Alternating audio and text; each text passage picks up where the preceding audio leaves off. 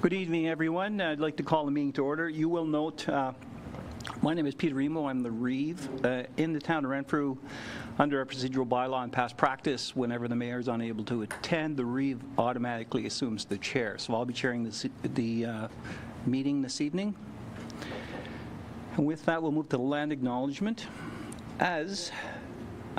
Roll call. My apologies. Madam Clerk, can we have roll call? So Mayor Sidney. Reeve Emo. Present. Councillor Legree. Present. Councillor McWhorter. Present. Councillor McDonald. Present. Councillor Sobalski. Councillor Andrew Dick. Present. Reeve Emo, we do have quorum.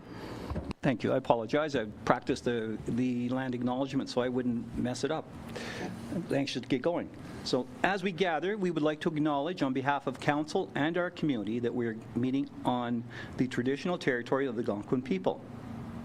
We would like to thank the Algonquin people and express our respect and support for their rich history, and we're extremely grateful for their many and continued displays of friendship. We also thank all the generations of people who have taken care of this land for thousands of years. If you could please stand for O Canada.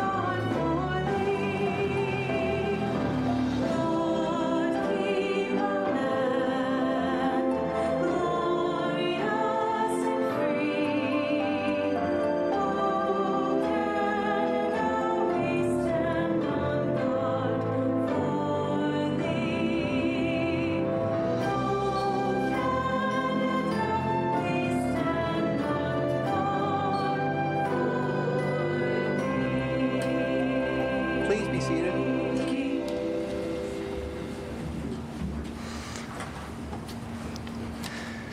And Council, do you have any declaration of interest, pecuniary conflicts? Seeing none. The public meeting. A public meeting held in accordance with Planning Act RSO 1990 CP 13 to receive public comments regarding the property at 436 Lisgar Avenue in relation to a proposed zoning bylaw amendment and official plan amendment number 15. And I'll turn it over to Director Withers, please. Thank you, Reeve Emo, and through you, just a few recitals that we typically read at these meetings. For each application on the agenda this evening for the official plan amendment and the zoning bylaw amendment for 436 Lisgar Avenue is a municipally initiated amendment, so there's not a formal application, as it were. However, the town is advancing this amendment and is required to follow the procedures under the Planning Act, just the same as any private application would be required. For the item on the agenda tonight, we'll provide a brief explanation of the item, and then all members of the public in attendance who wish to provide oral comments with respect to the application will have the opportunity to address the committee following the presentation and the explanation of the file. Any and all comments and information submitted, whether orally or in writing, including identifying information, becomes part of the public record, could be made publicly available at any point, including on the town's website and other electronic forms of publication in accordance with Planning Act requirements. Before speaking, anyone providing comments is asked to speak to clearly state their name and address for the record, and to provide their contact information on the sign-in sheet, if you would, just at this counter right here. Before speaking, my apologies, only the applicant, the registered owner of any land to which the plan or bylaw applies, and specified public agencies may appeal the decision of the town on the matter in accordance with the instructions in the notice of decision issued following the hearing. I'll reiterate that there are specifically no third-party appeals permitted under the Planning Act for these matters. And REVMO, I can confirm that the required notice for the applications was given in accordance with the requirements of the Planning Act. Thank you. Actually, I think at this point, I'll just provide a brief summary of the proposal.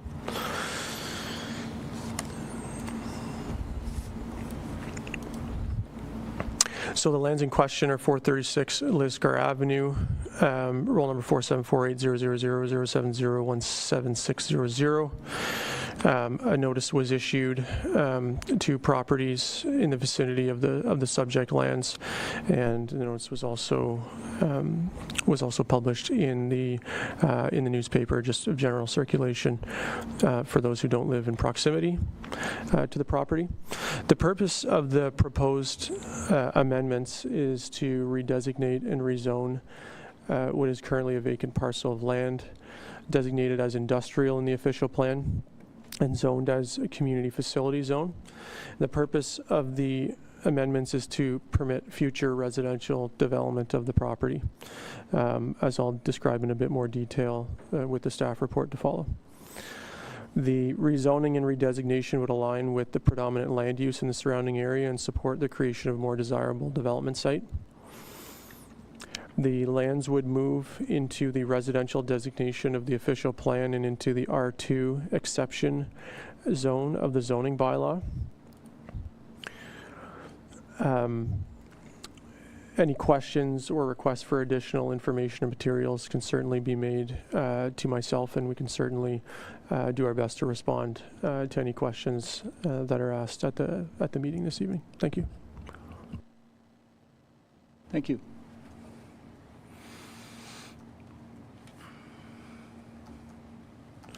At this time, we'll just ask if there's any members of the public that wish to come forward and speak to the matter.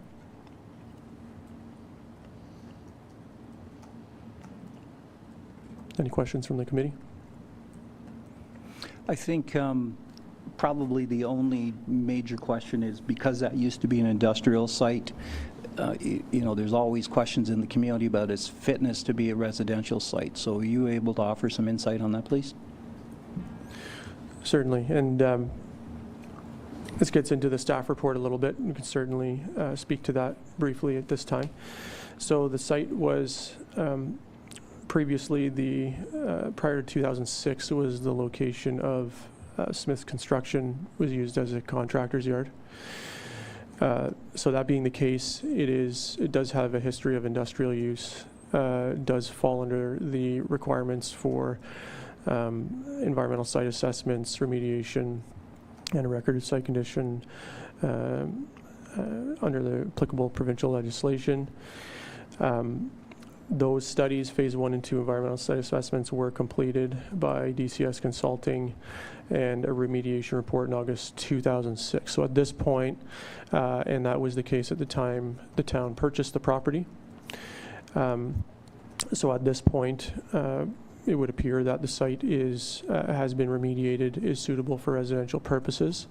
There will be some due diligence that will be required for if council does deem this land to be surplus to the needs of the town and to be sold. There will be, of course, the need to undertake due diligence, likely the need for a record of site condition given the history. However, because the site has been remediated, we're anticipating the level of effort and the costs associated with that will be quite reduced compared to if they had to do those studies on their own. Thank you. Thank you. I do recognize that was in the report. I thought, well, we had these good people here, we'd give them some information and they could pass it through the community on our behalf. Are there any other questions? Okay. And pardon me? Okay, so the public meeting is now closed at 5:41.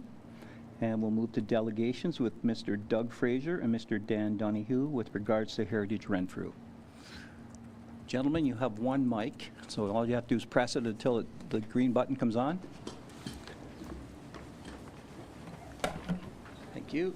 And we have a 10-minute limit on presentations, so we'll flip a clock around to you in a couple seconds once you get going.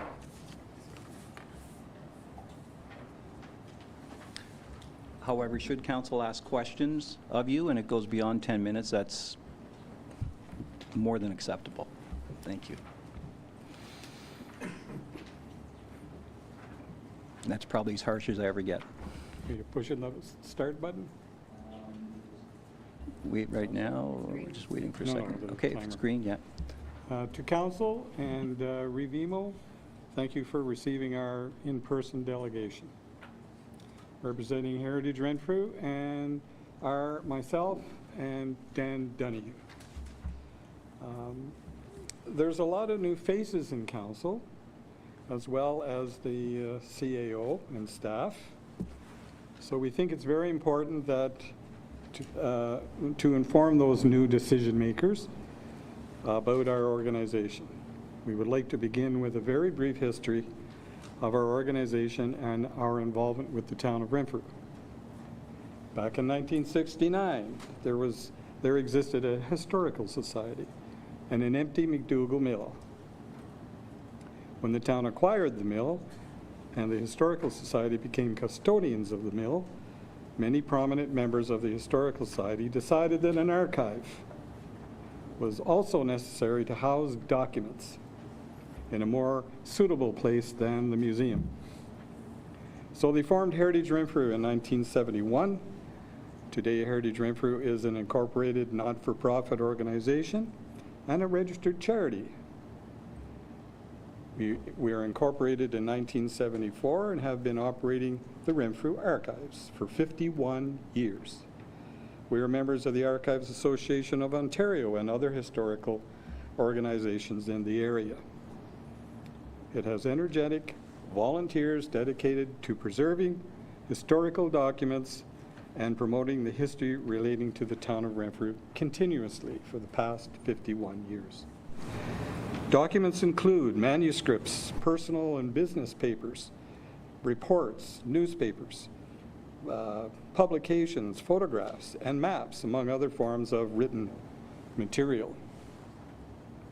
Our resources are constantly expanding and now include 89 collections from individuals and other organizations, including Harry Hinchley, Marge Lindsay, and Olga Lewis, all town historians, and many Women's Institute archives, to name a few.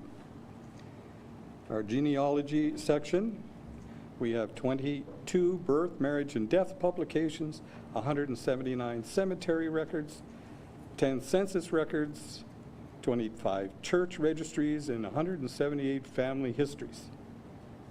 A vast collection of microfilm, including all Renfrew Mercury since 1971 and the Renfrew Advance since 1945. 19 photo collections, including Augustus L. Hanford, Harry Hinchley, Barnett family, Cal Green, Herb Rushelou, Les Fraser, the McQuaig photos, and from Fred Runge, over 170,000 photos digitized from negative, spanning 40 years of the life in Renfrew from 1961 to 1999, plus many thousand more digital photos from the Mercury after 1999 until the closing in the Renfrew Mercury. And an audio-visual library includes blueprints of Renfrew buildings, 425 research books in our library, and 87 maps, all outlined in our handout there. And everybody got? What we do, we receive research and answer via emails, mail, and phone inquiries, including research on people and places in and around Renfrew, providing photos and browsing books in our library. Our initiatives include preparing brochures promoting the History of Renfrew Historical Buildings for Commercial and Residential Property Owners. We publish quarterly newsletters to tell stories and the history of town's people, places, and events. Publishing brochures for self-guided walking tours for anyone interested in viewing and learning about historical buildings in Renfrew. We operate a website. In 1924, we had 33,652 views. That's 92 per day average, and 13,601 visitors, all seeking historical information. Operating a Facebook presence where we add a historical photo every Thursday. And participating in other local community groups in their events. But most important resource is our volunteers. Presently, we have 10 working volunteers actively doing archival type functions like digitizing, indexing, researching, and receiving new documents at no cost to the town. Heritage Renfrew is supported by 50 members, Library and Archives Canada, donations, and fundraising. The request for financial support from the town for 2025 is $2,600. Since we have just scratched the surface in the time allotted, we invite all members of council and the CAO to visit the Renfrew Archives, located in the Library and Archives building behind Canadian Tire, to learn more. Let us know when you'd like to come, and we'd be happy to give you a tour and show you what we do. In the past 6 years, we sought town's assistance in finding more suitable and public access location, and for help in preparing grant applications, payroll support services and other services. Nothing came of these. We are still hopeful that the proposed library expansion project that included Renfrew Archives will happen sometime soon. We're a community-based organization and have a strategic plan for our future. I'm going to hand it over. Dan's going to talk about moving forward. Thank you. History is important, and it links us to our roots, and it gives us a sense of belonging. My roots go back to my grandfather, James Donahue, and then my father, Arnold Donahue, who operated first a blacksmith shop and then a car dealership on Raglan Street for more than 80 years. When I retired and moved back to Renfrew, I was invited to join Heritage Renfrew by Doug, and I was amazed at the amount of written and photographic material collected there over the past 50 years by the dedicated volunteers at no cost to the town. If you aren't in those pictures, the 170,000 Renfrew Mercury photos, if you're not in those pictures, you weren't in the town of Renfrew. In the early 1980s, I spent a few years as editor of the Renfrew Mercury, where I had the privilege of working with the town's official historian, Harry Hinchley, who was submitting a weekly column about the history of the town. The Mercury was a major concern back then, producing 48 broadsheet pages of stories and pictures, news, people, and events every week. It was a time when local service clubs, charities, and social groups could count on the newspaper to provide publicity and promotion. The decline and loss of local newspapers, along with the COVID years, were big factors in the struggles that groups like ours have to get our message out and to attract new volunteers. Having said that, Heritage Renfrew, the Renfrew Archives, has adapted to the new reality. Our membership is solid, and as Doug pointed out, we have a growing number of volunteers eager to participate in preserving and recording the colorful history of this community. To make up for our lack of local print media, we're using our website, Facebook postings, and expanded newsletters to raise our profile so more residents, organizations, and businesses can take advantage of our extensive resources.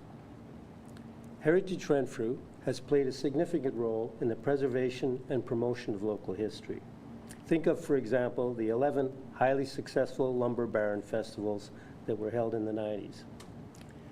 We're here today to bring you up to date on our progress and to make sure everyone's aware of what we have and what we have available at no cost to the town.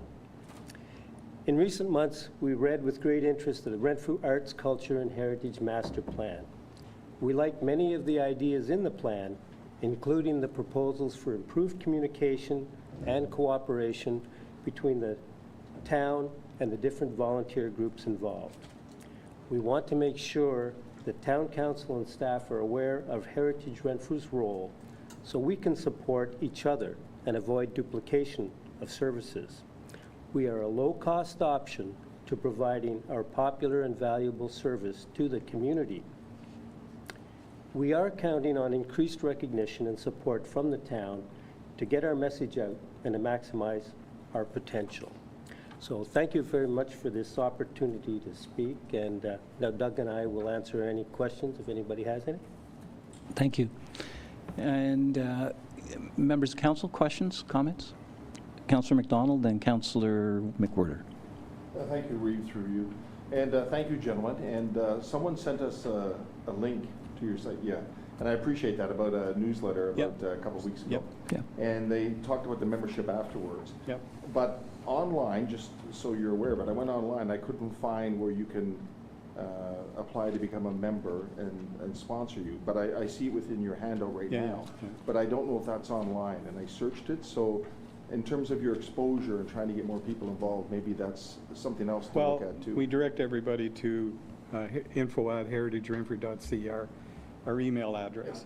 And you just simply ask you'd like to be a member. We send you the form, you fill it out. You can send it back electronically with the fee, and that's how you do it. Or you can do it just by writing on a piece of paper or whatever. Give it to me. Thank you. Councillor McWhirter? Through you, Chair. Doug, I was just wondering, actually, when we first got on, a couple of us did come out and visit you. Yep. How long were you there? How long have you been in that? How long building? have I been there? Well, no, how long has Heritage Renfrew been in that room? 1980 something. It was a long time ago. So you're looking to increase your storage? Because it was pretty full when I was there, and that's a couple of years ago. Packed. That's why we approached the town. I mentioned it in my presentation that we approached the town. We need bigger space. We still reserve a space for public access, but so the public can come in and work there. But we are at our maximum, and we store some stuff at the discretion of Libraries and Archives Canada that is not used a whole lot. It's like the Hockey Museum has stuff in a trailer because they got no room. So we're working to our limit there. More importantly, the location we need is access to the public. A lot of people have to take a taxi out there, or the time's not right. But if we had a storefront or something like that, it would be much better. So those letters and communications over the last several years, that's what we've been asking for. So, but we're quite happy there. We handle everything that comes along, but it's a lot of work for a bunch of volunteers. I hope that answers your question. Okay. Any further questions? Councillor Andrew Duke, please. Thank you, Revimo, and through you. Gentlemen, thank you very much for the presentation tonight. Absolutely amazing. You know, I'm a big supporter of the history within the town of Renfrew. A couple questions. So let's start off with, so who owns everything out there, the books, the documents, the microfilms, everything? Who owns everything? The organization, Heritage Renfrew. Okay, so that leads me to my next question. If you and your volunteers, of 10 volunteers and 50 members, one day sat down and said, we're done, and you throw your hands up in the air and say, we're done, what happens? It ain't going to happen, Andrew. No, we have to, I need that, I need to know the answer to that. What would happen to the documents if everybody threw their hands up and said, we're done? First of all, there are 10 working members, but there are 50 total. We'd have to ask them. and they would say, they'd all have to give up. And it's a hypothetical question. What would happen to the documents? They would go in storage Okay. until a suitable facility would become available, because it has to be environmentally controlled, it has Yeah. to have dust, humidity, temperature, all controlled for archive purposes. Okay. So there's nothing except maybe the basement at the library that would suit. Okay. So right now, the town gives you $2,600 a year to help We your haven't got operation. it yet. Pardon? We haven't got it yet. Okay. So in the We may or may not, past, yes. Yeah. the town has given you $2,600 a year We've for operating asked costs. for a financial report only 6 times in the last 6 years, because our expenses are going, like the major expenses like insurance, website, and now we added internet. We have internet now. Okay. And so we've asked for another $100 to help with. So it was $1,500, 25, 25, and now we're asking for 26. Okay. That's it. Okay. Okay. Thank you. You mentioned insurance. Is that a fairly sizable? No, it's only directors and liability insurance. Okay.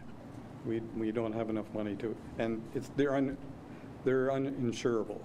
Sure. You can't get archive material insured. Like Libraries and Archives Canada, we're in their building. We asked them if are we covered under their policy, and they said no, we self-insure. Like nobody's going to tackle that problem. So. Okay. And then in terms of, you mentioned earlier about a request for payroll. Is that a significant, It's not a dollar amount. It's just the administration of Right. payroll, something that the town has already done for the Mill Museum. They just do the T4s and payroll and whatever. We pay the town to pay the people that we would like to get grant money for, you know? Okay, and then the last question I have for you, do you have audited statements? Do you have to bring an auditor in? No, we just have review statements. We submit it with our grant application. So I'm not questioning, I'm questioning if that's an expense, if that's something we could, No. we could add to our audit, but, okay, Last time it was $60. okay. All right, thank you. No, I was just searching around, see if there's anything that, you know, if we could offer insurance Well, or we if we have could some offer. big wishes, but it's recognizing that the town is financially in difficulty as far as reaching out, and that's why I didn't ask for a whole lot more than $100.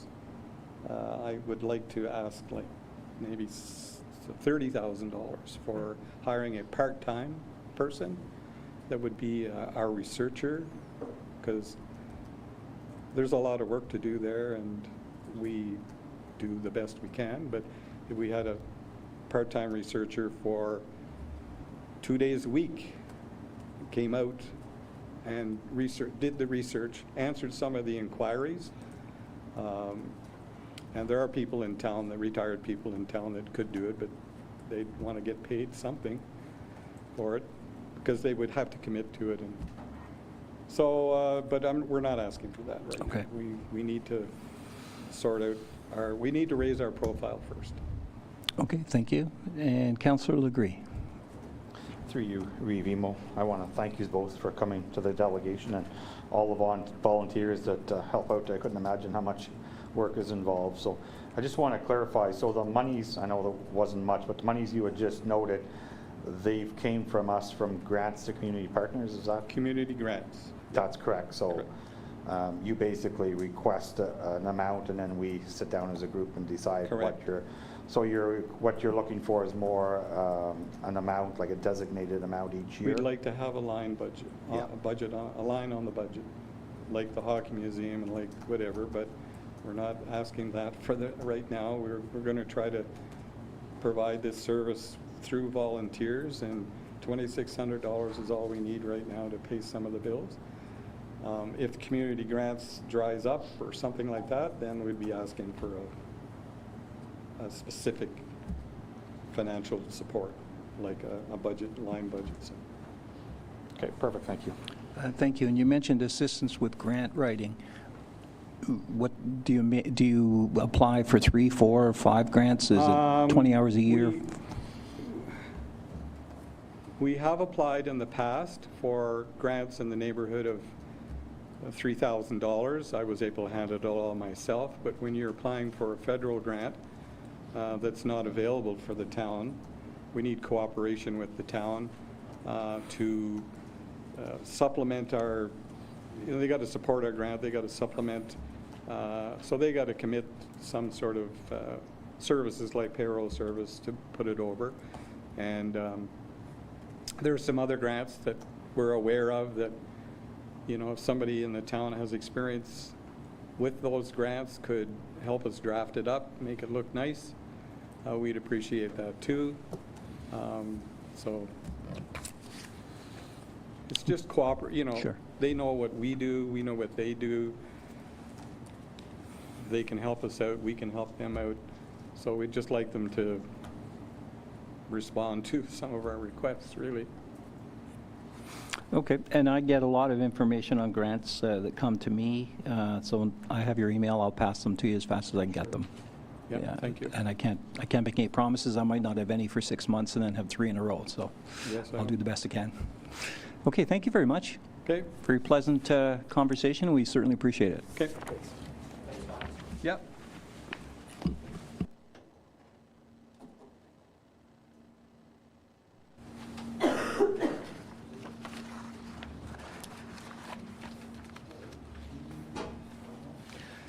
I'd like to declare the Committee of Adjustment portion.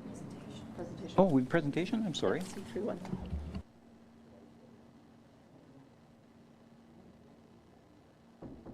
Speed through this thing tonight. I'm sorry. Director Bishop, please.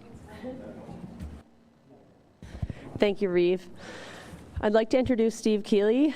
He's a consultant we hired to help us complete our asset management plan updates for 2025, and he's going to present his findings. Thank you.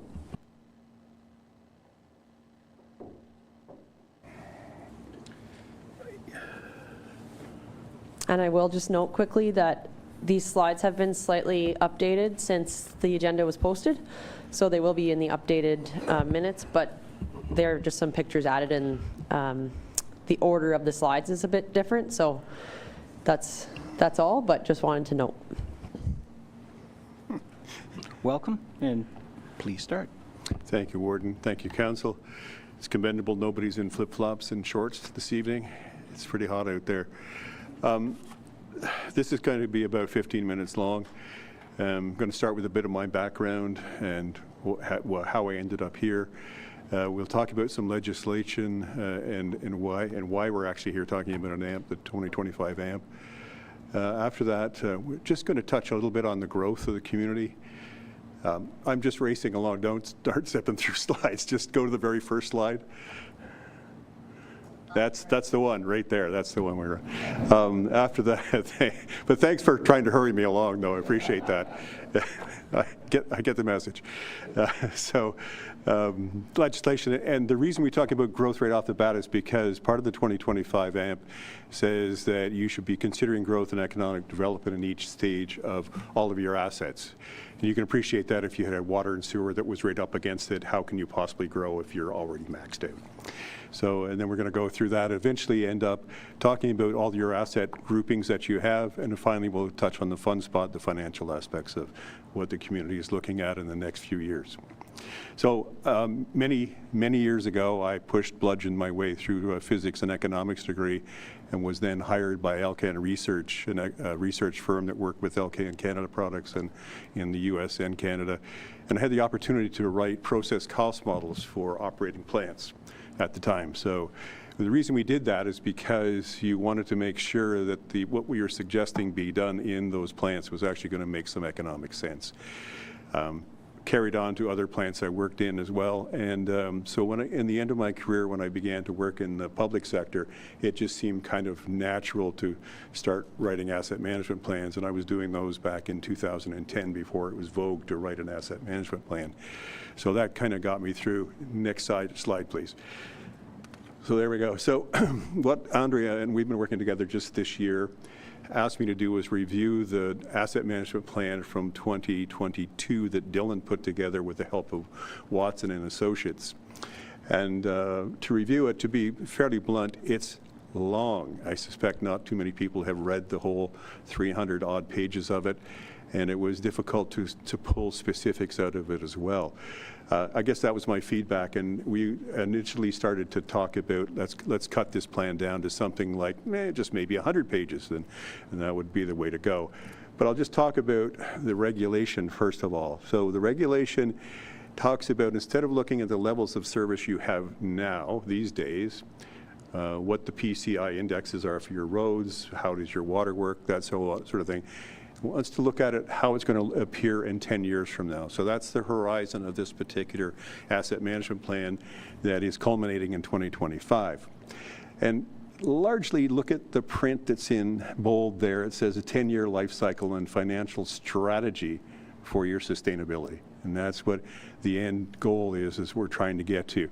There's all kinds of other things that you have to go through to get there, but that's what we're going through in the next 13.5 minutes. The deadline for this is nefarious. It's Canada Day, and I've made the joke before, it's the province hitting out because there's no Ontario Day, so we have to have this done on Canada Day of all days.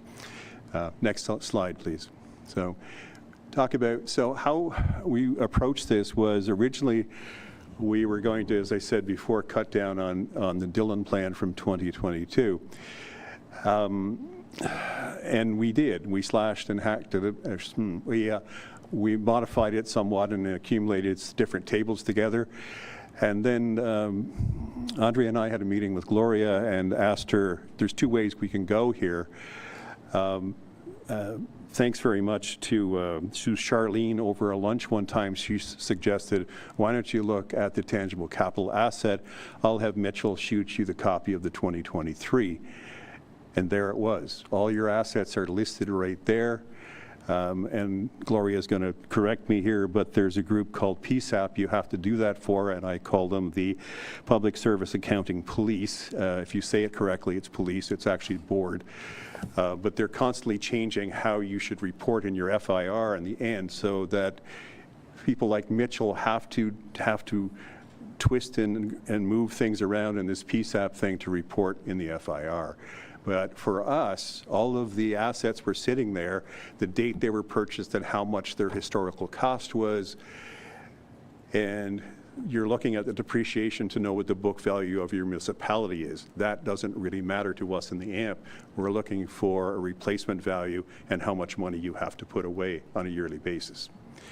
So it was a really nice marriage, if you will, or a dovetail between something that's already being done in your community and something that we had to do and have to continue to keep doing. So we approached it from a tangible capital asset point of view, and it seems to work. It's not brilliant, but it's kind of bright, you know, that we approach that. And all you had to do is add on to the end of it is a really simple couple of equations that gives you the future value of a present sum. And then it says how much you have to put away, or what is your sinking fund each year to pay for that when you replace it. So we'll go through some examples of that. Next slide, please. So growth.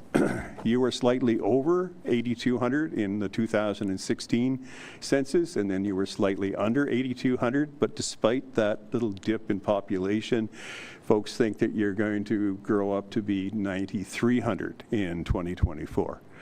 And I said that fast so that I wasn't being facetious there.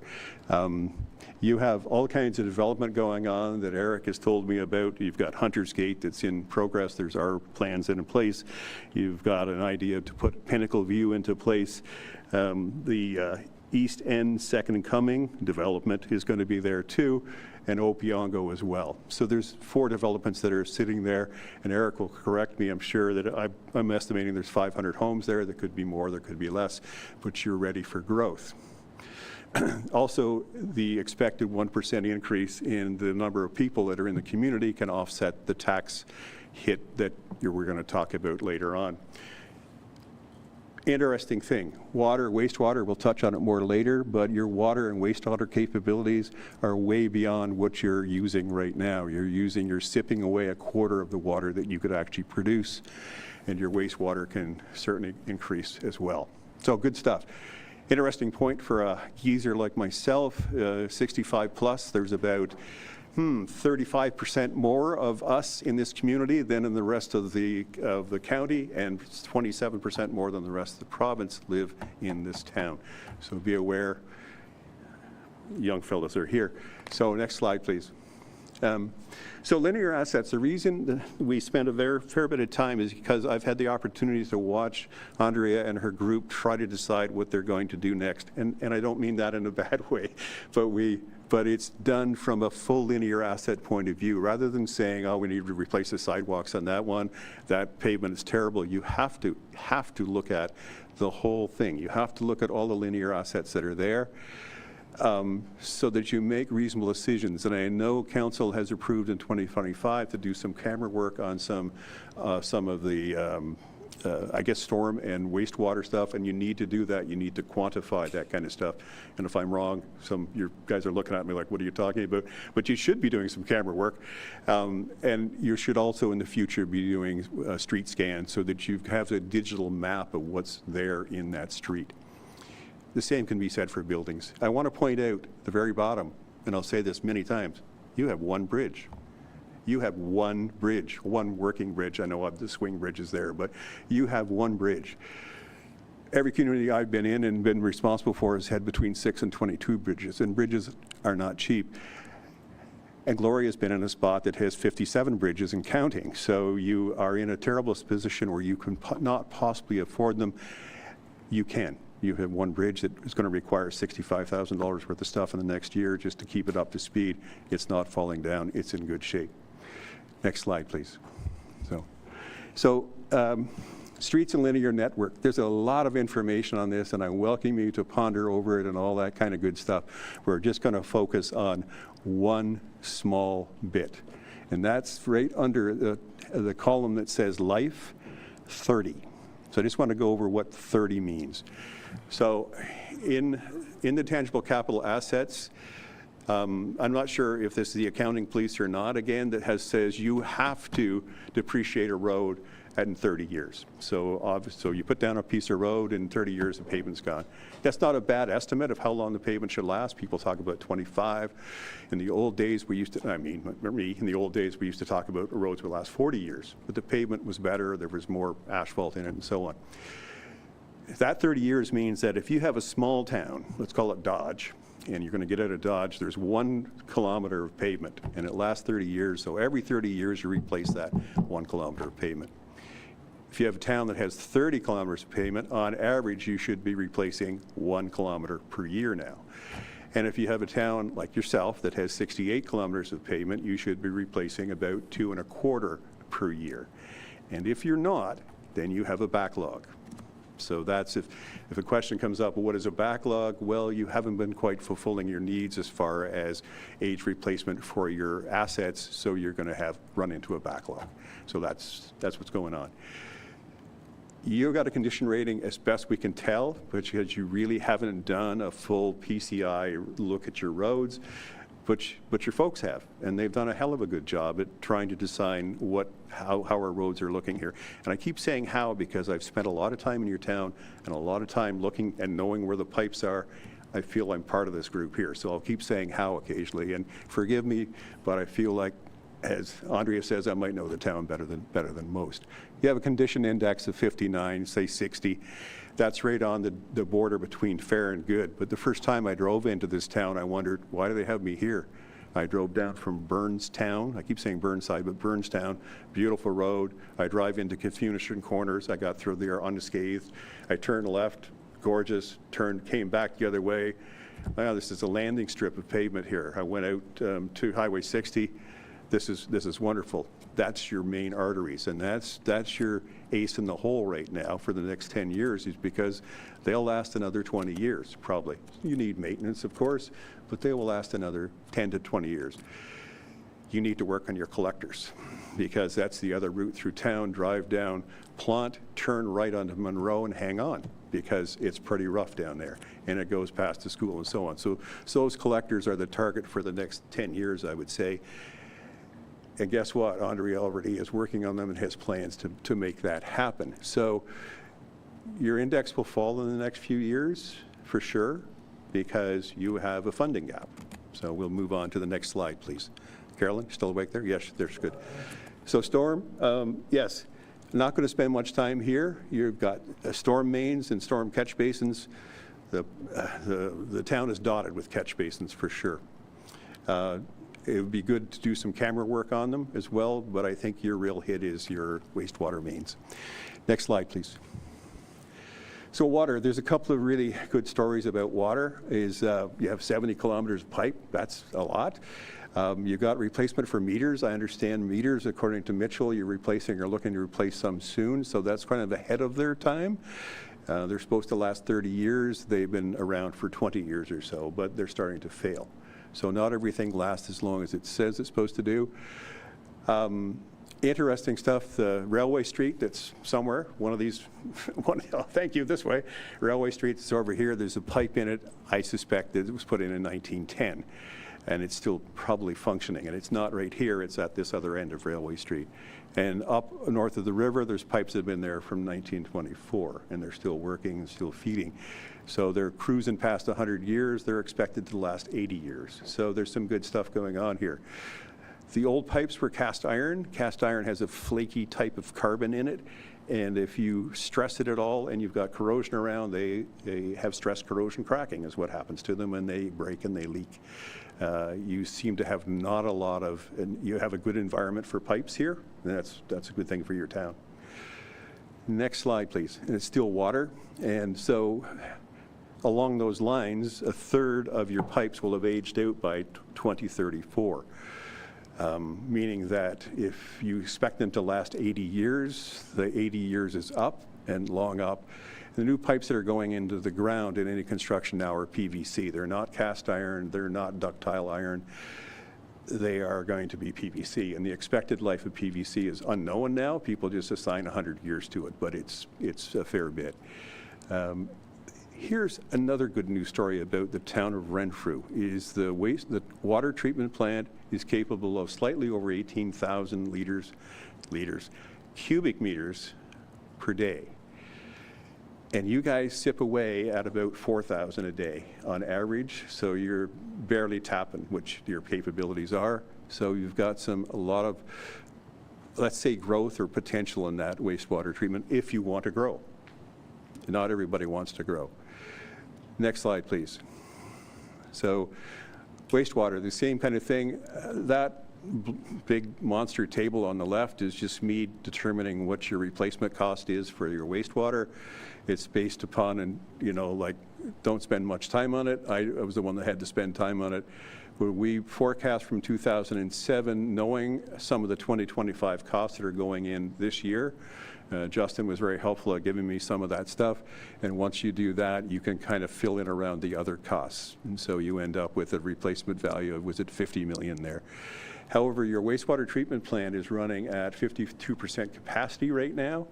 And I believe Eric told me that it could be you can actually run it at higher capacity, I believe. So I got a nod from Eric. That's good. Next slide, please. So equipment rolling stock, we're going to go through a bit of a, here's how this works again. So it just kind of gets in your mind, because it's taken me a long time to get my head around some of this stuff. That truck, the red truck there, is a 3/4 ton. It's worth $100,000. It's fully equipped. It's a nice truck. It's going to last 10 years. So when you buy this 100,000 truck and you know it's going to last 10 years, you're going to replace it in 2034. It's going to cost you at 2% consumer price index, it's going to cost you $122,000 at that point. So you need to be putting away at least $12,000 a year in your sunken fund to buy that truck in 10 years. In fact, if you're wise, you'll put it away and invest it at some kind of percentage, so you put away less every year. So that's what we're talking about. This sunken fund, how much things appreciate, and how the heck do you pay for them in the future is what Renfrew is up against. Oh, sorry, I was trying to flip the slide from here. It doesn't work. So, yes, thank you very much. Facilities, not a lot. I don't have a lot to say here. You've got 14 buildings that I looked at. There's a backlog of 31 million, maybe. Annual funding right now should be 6.5 million. Sorry. Dyslexic, 3.65 million. That replacement cost used to be 55 million before you put in the, was it My FM Center? So considerably less, and your annual funding would have been around 2.5 million a year. So the beautiful center you have there certainly is going to cost you, and cost you right now, because you already have to start planning for its replacement. Next slide, please. Oh, yes, one other thing. Thank you, Mitchell. Innovation Drive is costing you a fair bit, too. It's not in this report. It is in my report how much it costs, but it's a lot. So, landfill. Oh, yes, I see we have the right number of hectares now. So it's still big enough for a hunting area, but not big enough for a lodge, according to Gloria. We have 10 hectares licensed to fill. Some really good news here is you still have 50-plus years in the landfill, and most don't tell other municipalities this, because they will come and take it from you, because everyone I've worked with has not had anything near that amount of capacity left. So it's a bit of a odd-looking gem sitting there. Interesting story. Read the report of how much you're supposed to have left, and you have stage 4 you're in now, and you're going to move to stage 5 in time. Stage 4, you were supposed to have 16 years left in 2024, and due to proper compaction by a machine just like that, and I think appropriate management of the site, you still have 20 years left. It didn't go down to 16, so almost moving back in time, kudos to taking care of the landfill. It's still in compliance. Re the Bonasheer. I know it has a few height issues, that sort of thing. You have a cliff. I've seen the cliff. It's pretty cool. But you have some compliance issues, but it's not polluting the Bonasheer. Thanks. Next slide. And finally, green assets. I don't necessarily work alone. My wife is a treasurer, and she's working on her asset management plan. So you can imagine how exciting stories are over supper. But when we learned that we had to do natural assets, and it wasn't just my wife I'm talking about other folks that I still know in the industry, and what are you doing, and how are you reporting this, Steve? You just think the province is just put something on us again that we have to deal with. But it's not the case. For one time, the province is pretty smart here. It's cool. That's just, I needed that. I was just dozing off there. You think of the Bonasheer River, which is a natural asset you have. It's hard to think of it as a green asset, unless it's really low in the summertime, maybe, I don't know. But the Bonasheer River, think of it from your perspective. It is hard to put I say it's high but unassignable. Bonasheer River is what you draw your water from. Bonasheer River is what you draw power from, and it's where you put your wastewater back once you've treated it. Without the Bonasheer there, this is a different town. And so we start looking at a natural asset.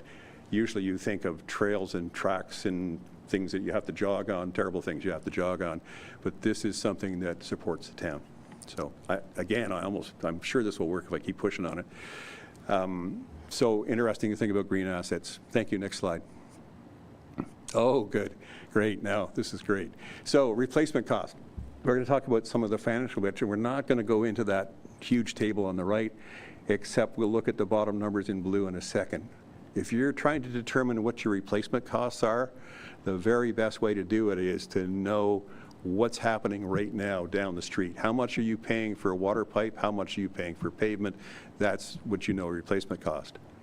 If it's something you have from 2007, you can bring that forward with what you think the consumer price index is for that commodity. even though the consumer price index might be 2% in general for a bag of groceries, it doesn't mean it's the same for asphalt. Sinking fund method is the next one I just talked about, where you consider what the future cost is of historic value and you find out how much you have to save per year, fairly easy equations, and then you can push out that. So that was the approach. Is if we got a recent quotation, great. If we don't, we have to use the sinking fund method. And of your case, now we look at the blue at the bottom. Replacement cost for your tax-supported stuff is $330 million. This is using a consumer price index of 2%. The last 10 years, the consumer price index has been 2.49%. Over the last 60 years, Canada's consumer price index has been 2.1 to 1.9. So it's reasonable that we're using, I think, 2%. Requires $10.2 million in funding per year. What you're putting out from the town right now, this is 2024 budget, not the 25 budget, was 1.7 million. The province is pushing 1.5 million in your direction, and the feds, through gas tax, what used to be called gas tax, is like, I think it's $270,000 in your direction. So you have a gap, a funding gap. And if you think you don't, you really have to give it some thought. These are light numbers at 2% index. The cost change in pipes for wastewater went up 5% per year since 2007. I used 2. I used 5 for that one because I knew what it was. Next slide, please. So what do? You got $6.8 million funding gap. I've increased everything in the model by 2% per year. So I've said whatever the province is throwing towards you and whatever is coming from the federal government will increase by 2% per year. Yours may as well. How do you close this gap? Well, the gap there on that graph is where you should be is at the red line, and where you are is the dark blue line immediately below it. That little tiny gap there is 6.8 million. And every year you have that gap of 6.8 million, it continues to grow. It's very much like people walking down the road. Andrea walks way faster than I do. I spog along at 2 clicks an hour. She spogs along at 7. After an hour, she's 5 ahead of me. After 2 hours, she's 10 ahead of me, and so on. And that's what that blue bellied curve is going out there. That's the addition of each year's funding gap you have. And what that does, it means that your level of service comes down each year until you've closed the gap. When the gap is finally closed, when the 2 lines cross, when the dark blue line crosses the red line, that light blue line begins to curve up. So how do you do it? So I've had a couple of chances of sort of like trials at doing this mathematically. At around 20% increase of your amount you're putting towards capital funding right now, the 1.7, increase that by 20% per year for the next 8 or 9 years would close the gap. But it's something that you need to keep an eye on. This asset management plan doesn't end tonight. You need to move ahead and keep checking it on a yearly basis. And I'll tell you why you need to keep checking it, because OCIF is a fickle group of politicians, because they've increased your OCF funding in 2025, according to Mitchell telling me this, by 16%. Hoo-ha. Around the dinner table, I hear from Christine, oh, that's great. So they took my 16% because my OCF funding went down by 16%. So simply because you got an increase of 16% this year, don't expect the same increase next year. But if I'm talking at a turn, and Gloria, stop me if you want, is if you don't close that funding gap, it's unlikely the province is going to help you if you aren't making an effort yourself. If you are making an effort yourself, you can certainly go to the province and say, this is what we're doing, what the heck are you doing? So a bit of strong words on my part. If I was in your position or still on staff, that's what I would be doing, is going, who do I talk to in the provincial government to make this happen? But you still have to make an effort. And if you can possibly close the gap, this town, not my town, but this town has water and wastewater capabilities that are wonderful, that other people would be looking for. I used to live near Perth for 20 years. They really couldn't grow for a long time because their lagoon could not accept any more wastewater. You don't have that going on here. And I lived in another little town that had 3 wells to supply the town. It really could not grow because the wells they had wells, not a river, so the wells they had could only supply a certain amount of water, so no growth was capable. You're not in that position. You're in a position where you have good roads, you have good water and wastewater, and you got a future here. So, next slide, please. What you can do, you can ignore the funding gap. I think it's at your own peril, and I can say that because tonight I go home, and you guys are still here. You can attack it and hopefully extinguish the gap. And really, I didn't talk about this, that first gasp, let's say, at trying to extinguish the gap can be front-loaded. And so I've done a bit of the arithmetic. If you front-load the gap, say double it the first year, so 1.7 goes to, quick Gloria, 3.4, then you've doubled that gap, and you can take your foot off the gas after that. Yes, it's a little bit bigger hit the first year, but in the long run, the savings is quite astronomical. It's many millions of dollars to close the gap that way. If you can eliminate the gap, if you can keep your foot on the gas another year or two, you can fully eliminate that terrible belly thing that was going on there, and you can be back to, that brings you back to the level of service that you're giving this town right now.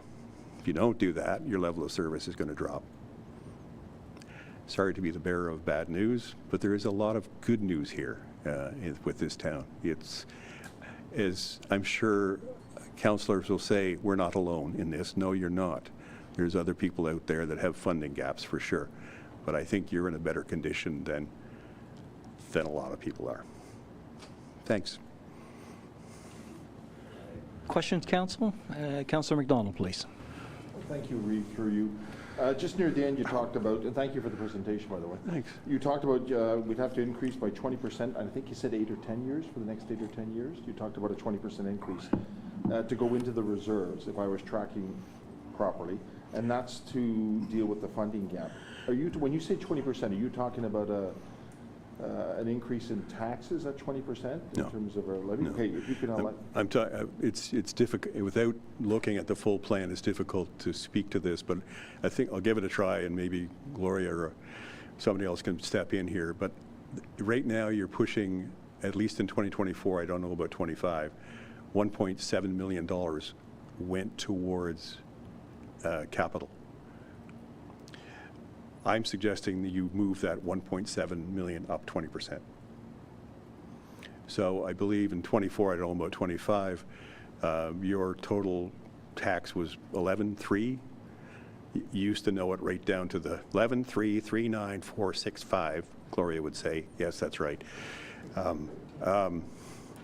So on the 11.3, that's probably an increase of about 5%-ish kind of thing.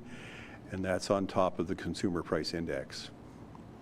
So it's stuff that we still need to work on, so you guys really understand the issue. But the issue you have to understand tonight is there is a gap. Most everybody has a gap. Very few people have had, it's taken the province a long time to get us through asset management plans so people understood just what was going on, and councils could understand this and be explained this sort of stuff. And then there didn't ever seem to be a, how do we do this? It was before, it was like, this is the gap we have. Well, okay. But now you need to do, I'm sorry for that childish thing, but it's you need to do something about it. And I don't think, in my estimation, and I've had occasion to deal with ministers and make some heavy-duty presentations, unless you're showing that you're pulling your weight, it's difficult. So, but no, it's not a 20% increase in taxes. It's a 20% increase in what the funding is right now for capital. And when I say front-loading it, I just picked, it took a while of fiddling around with some equations, and I stuck in 53%. That's the start for a front load. And you can look at the other end of it, what's this tax increase? Well, it's more than if you only increase 20, but then you can drop down to 30 the next year, and then 15 for the next bunch of years and leave it there. So that's, you need to look at these things. I'm not saying tonight you're going to have all the answers, but it's something that the young man in the corner there can certainly look at and say, what's the best way to do this? And Mitchell and I already have had a couple of, let's try this and see what goes on. So that's where we are tonight, is there's a way to get out of this. It's a little painful, but it's not as painful as, I would say, most any other municipality. So, thanks. Thank you. CAO, please.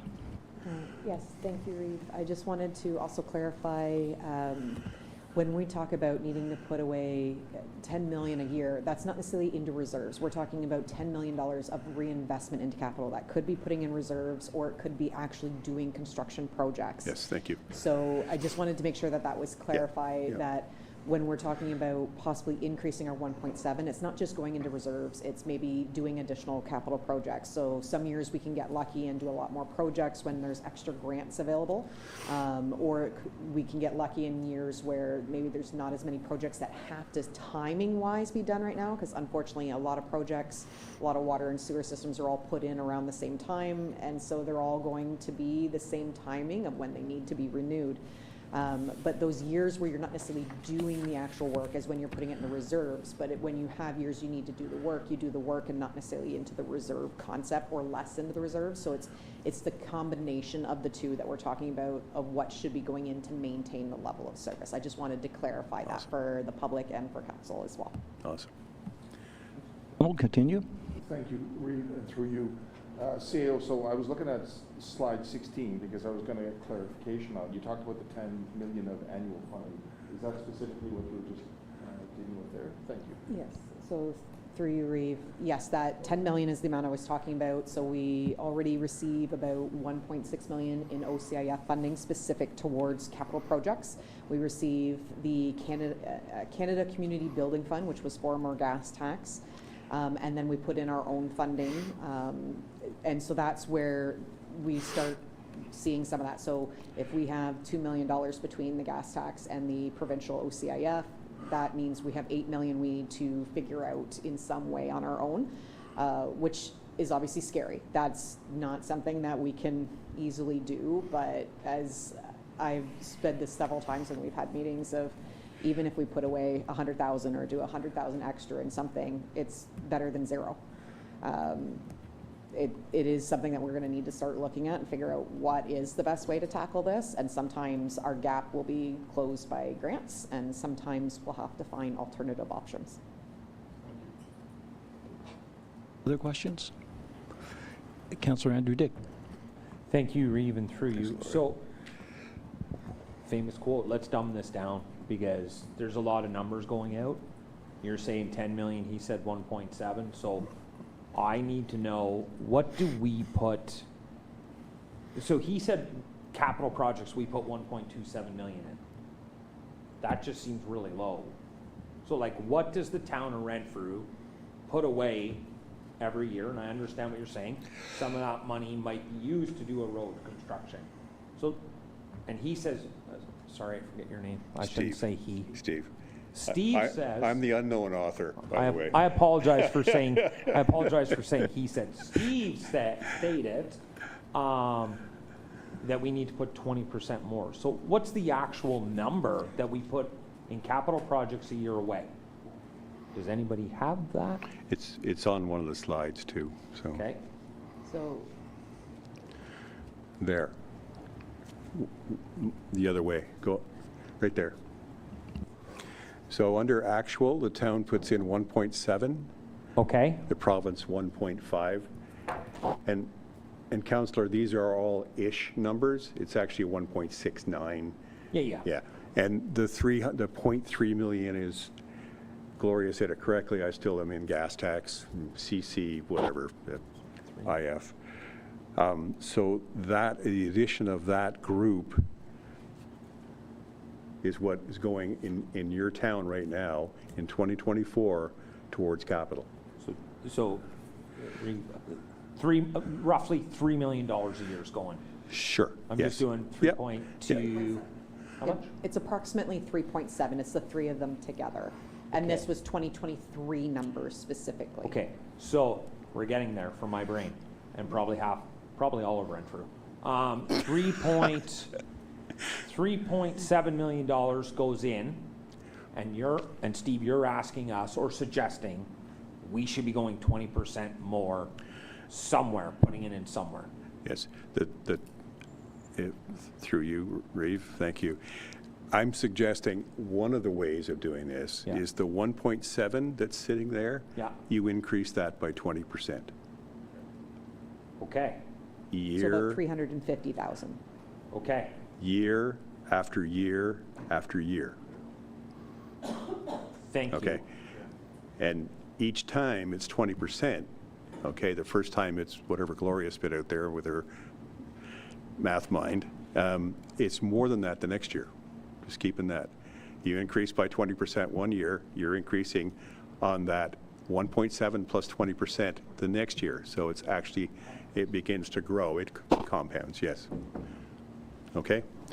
The other way we talked about it was instead of 20% year after year after year, was to go to a larger number the first year and then a smaller increase and a smaller. It's called front loading.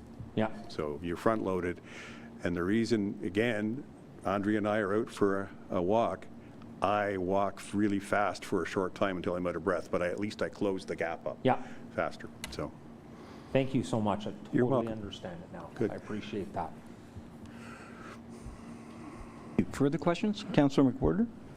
Reeve, this is actually for the CEO. So you're talking about 3.5–4% tax increase to put that money away every year. So you'd be basically starting at, let's say 4% every year would be your base to start your budget off, based on what you're saying.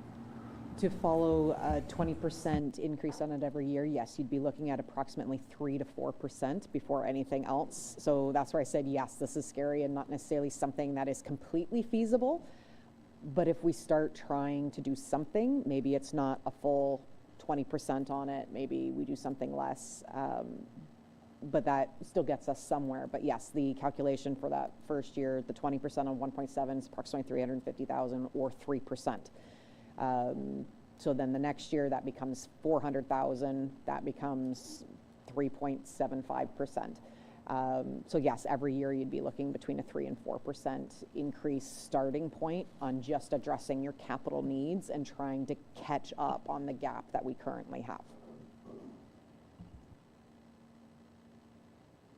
Andrew Dick and then Councillor Legree. Thank you, Reeve Emo, and through you. So, Reeve Emo, you can call point of order. I'm going to ask a question, and if the question's off topic, you can call point of order, and I'll stop talking. Could we, hypothetically, sell, let's say we had a magical building, and we sold it for $3.4 million.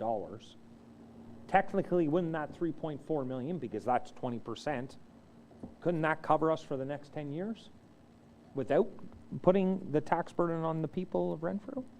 Hypothetically. SCL, please. So through you, Reeve, so yes, if you had a large increase of funds from some source, if you didn't need them in that year for capital projects, you could put them into reserves to fund your capital needs for a period of time. So that technically is a method that could be used. It's just not one you can specifically rely on, and it's not always repeatable. Yep. But yes, if you did have an influx of $3 million for some reason, you could set that into reserves, and it could help fund some of that increased need that would need to happen. Councillor Legree. Through you, Reeve, I think I know the answer. I just want to clarify. So the three numbers we use there from the 2024 budget, not 2025, correct? Okay, perfect, thanks. Order. You, Reeve, and to build on Councillor Dick's idea, what if we were to sell an asset, and how much would that asset have to be? Like, I'm thinking 8 million, there's a building, I'm thinking about 8 million, 9 million. If that money was put aside into an investment that would pay out the 3 or 4%, that would save the taxpayers, and we get better life out of the money, I think. So is that possible? So through you, Reeve, yes, that technically is an option anytime that we do set money away.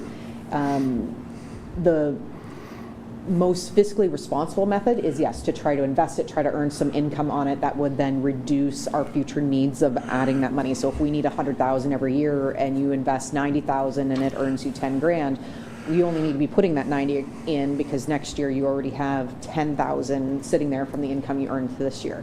So yes, if you had a large enough amount that was set aside into some investments that could generate the 300,000 or the 400,000 needed each year to help build that 20%, that is a method. We'd have to come up with that initial chunk of funds to invest, but it technically is a process that could be used.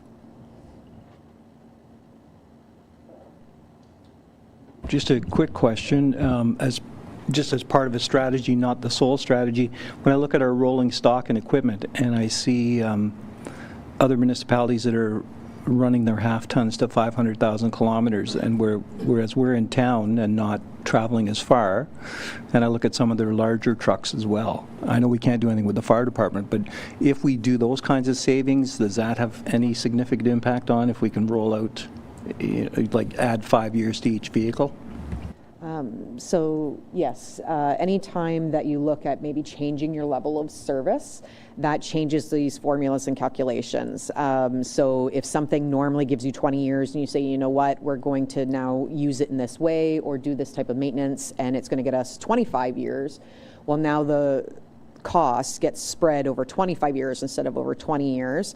The replacement cost will obviously go up a little bit because there'll be inflationary impact, but the hope is that you plan and budget and account for those in a way that the extra years you're adding and that extra inflationary impact will be less than the additional maintenance costs in order to make that asset last longer. But it is a method, but that's looking at changing your level of service. And so that is a method that some places have had to look at in order to close part of their gap. And that's something that we could look at for certain areas. May not work for every asset, but it could work for certain assets that seem to be doing us really well. As was mentioned, our water assets right now are far exceeding our original expectations. So maybe we look at changing what our expectation is then to, instead of being 80 years, maybe we make it 90 and that changes our formulas. But that is stuff that we can look at, and it is a method to address parts of it. Last question. 6 months from now, there's a Municipal Services Corporation. There's 7 municipalities. They buy all of the rolling stock and lease it back, and we get rid of all of ours. So that becomes an operating expense and not against the asset plan. From the accounting standpoint and the Public Sector Accounting Board, the PSAB, not the Public Sector Police, the PSAB board.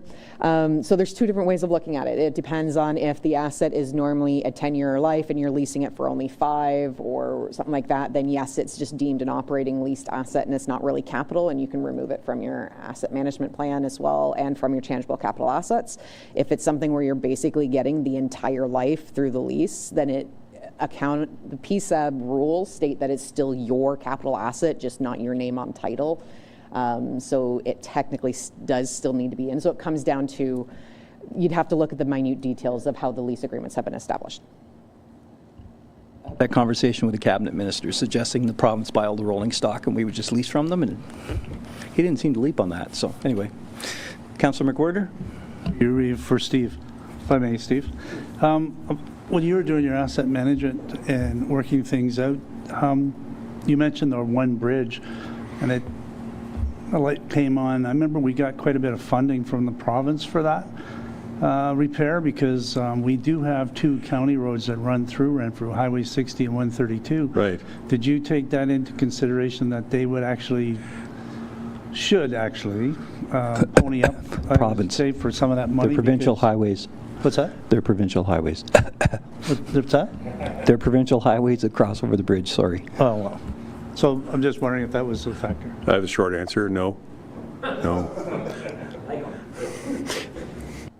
In fairness to you, were saying that there was some funding. The funding came from the Connecting Links program. So there is an accelerated and larger pot. It's about 12 million a year, I think the applications are to the province, and divided amongst, I believe there's 162 municipalities that are eligible for it. So that is some of the monies that completed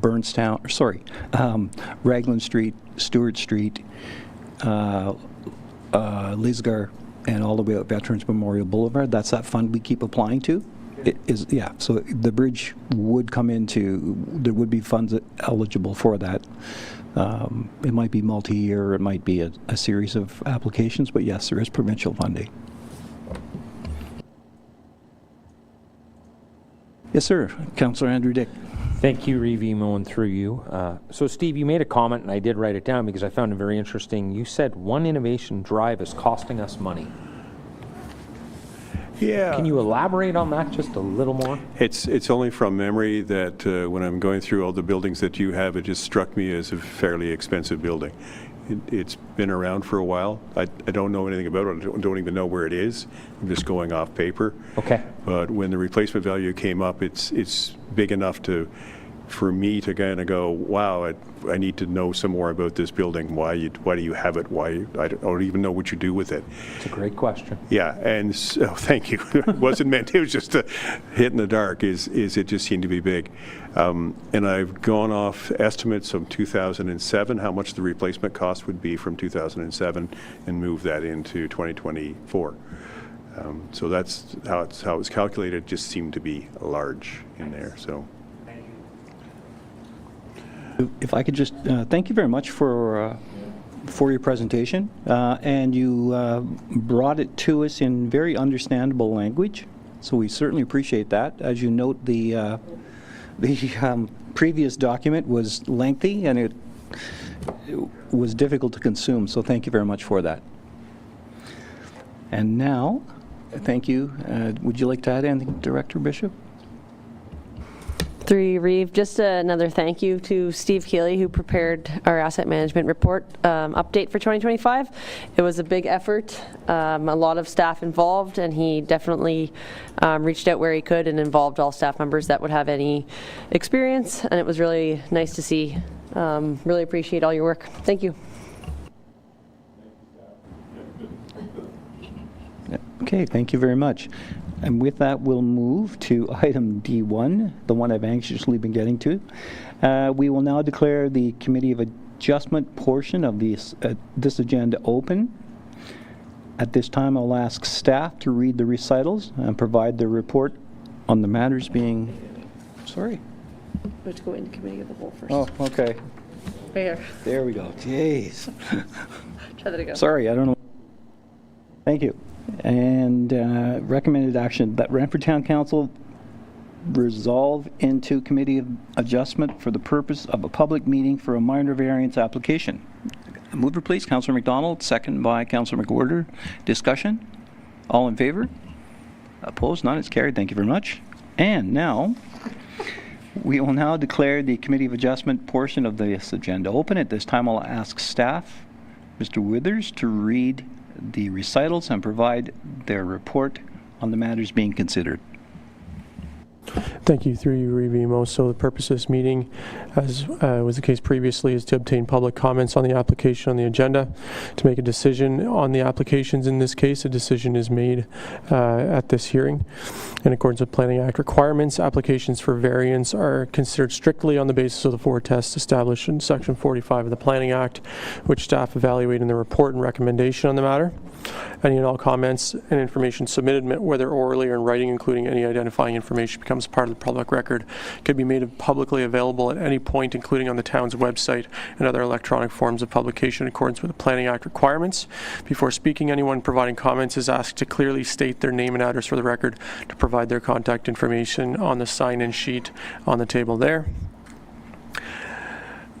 Only the applicant and specified public agencies are entitled to appeal the decision of the town on the matter in accordance with the instructions on the notice of decision that will be issued following this hearing. There are specifically no third-party appeals permitted under the Planning Act, and I can confirm that the required notice for all applications on the agenda was given in accordance with the requirements of the Planning Act. And at this time, we'll read the motion.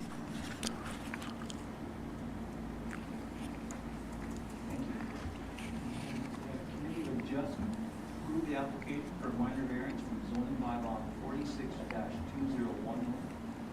Submitted being file B-13-66, submitted by Kyle Miller on behalf of homeowner Oscar Newland with respect to lands described as 452 Aberdeen Street and 306 Lot 3 on the river, roll number 47-48-090-090-1127 to permit the reduction of the front yard setback, proposed construction, covered porch, in accordance with the submitted application by granting the following relief. Section 5.2.1, subsection C, reduce the minimum front yard setback from 6 meters to 3.5 meters. Have a mover, please. Councilor McDougall, second by Councilor Reed. And the mover, please. Thank you, through you, Chair. The application, as noted, is for the construction of a covered porch, about 110 square feet in area, about 10 feet by 11 feet. The Appendix A includes the minor variance sketch.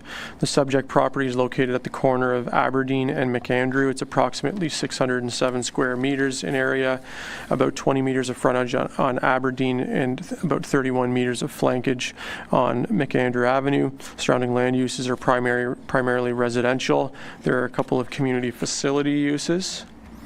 Section 45 of the Planning Act notes that the committee is required to make its decision on the basis of the 4 tests of the Planning Act, being that the variance is minor in nature, typically considered in terms of impact rather than numerical terms. It has to be desirable for the appropriate development and use of the land. It has to maintain the general intent and purpose of the official plan and the zoning bylaw. We did receive one comment from the chief building official noting a building permit is required. We received no public comments, no written public comments, and we've had no one. I suppose we may have someone come forward to speak to it. In terms of planning comments, we assess this application to be minor in terms of impact. We don't anticipate any adverse impacts to the subject property or adjacent properties. It's a reduction from 6 meters to 3.5 meters. In percentage terms, it's fairly significant. In practical terms, we don't anticipate it's going to be much of an issue. The structure that's being proposed is interior to the property, limited in its encroachment, does not extend into the daylight triangle on the corner, and is not anticipated to obstruct sight lines. And on that basis, staff are recommending that the application be approved without condition. Thank you.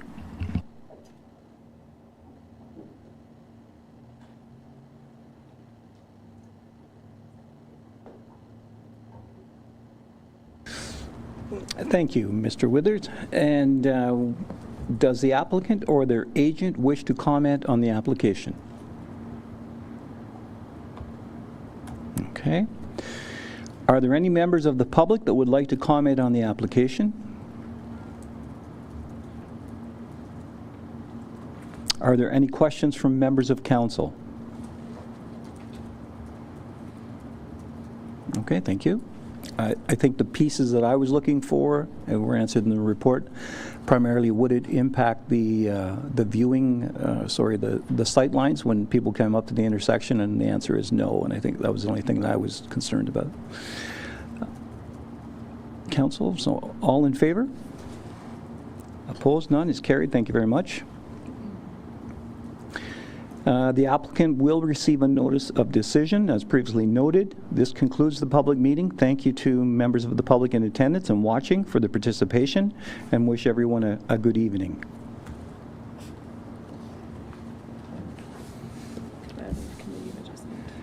And with that, that the Committee of Adjustment adjourn. A motion, please. Councillor Legree, second. Councillor McDonald, discussion. All those in favor? Opposed? None is carried. Thank you very much. With your indulgence, Council, I blew by something a little earlier. I know that seems to be quite a surprise. Item number C4, announcements and community events. Councillor McWhirter. Thank you, Reeve.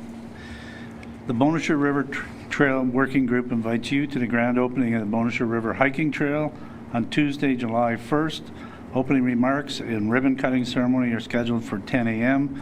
with a guided trail walk and family-friendly activities such as a scavenger hunt to follow. And they hope to see everybody there. Thank you. Thank you. Councillor Legree? Through you, Reeve, Emo, just want to remind everybody that Canada Day is obviously on Tuesday, and Mattaway Park has lots of stuff going on starting at 10 a.m. till the fireworks at dusk, so the information's on our social media and website to check out. Thanks. Thank you. And Councillor Andrew Dick? Thank you, Reeve, Emo, and through you. Last week was the annual general meeting of the museum down by the Boncha River. I was in attendance, and I just wanted to say I've been to the museum once in my 50 years of living in this town, and that was many years ago. And so when I stepped in, I wanted to express to everybody on how much it has changed and how easy it is to access now. I just wanted to give a couple points that the curator's been doing over the last year, and just some of the highlights. I think it's important to council and the public to know that they were open for 110 days, approximately 770 hours. The museum is now our visitor is an information center, and they have a beautiful area where all the flyers and stuff are. They had almost 1,700 people attend. They had 2 seniors tours, and one was from Ottawa, and they were non-English speaking. And they said the staff ended up doing a scavenger hunt through pictures, and apparently it was pretty hilarious. They had one day camp go in there.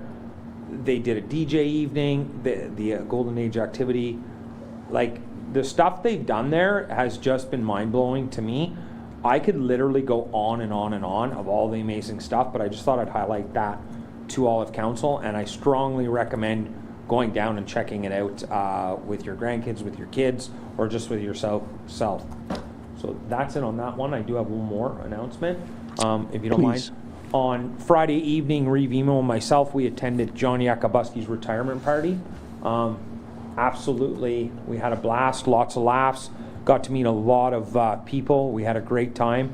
The meal was great, and I just wanted to once again congratulate and thank John Yakubuski for his years of service. And I just want to make one little note, and it was pretty awesome.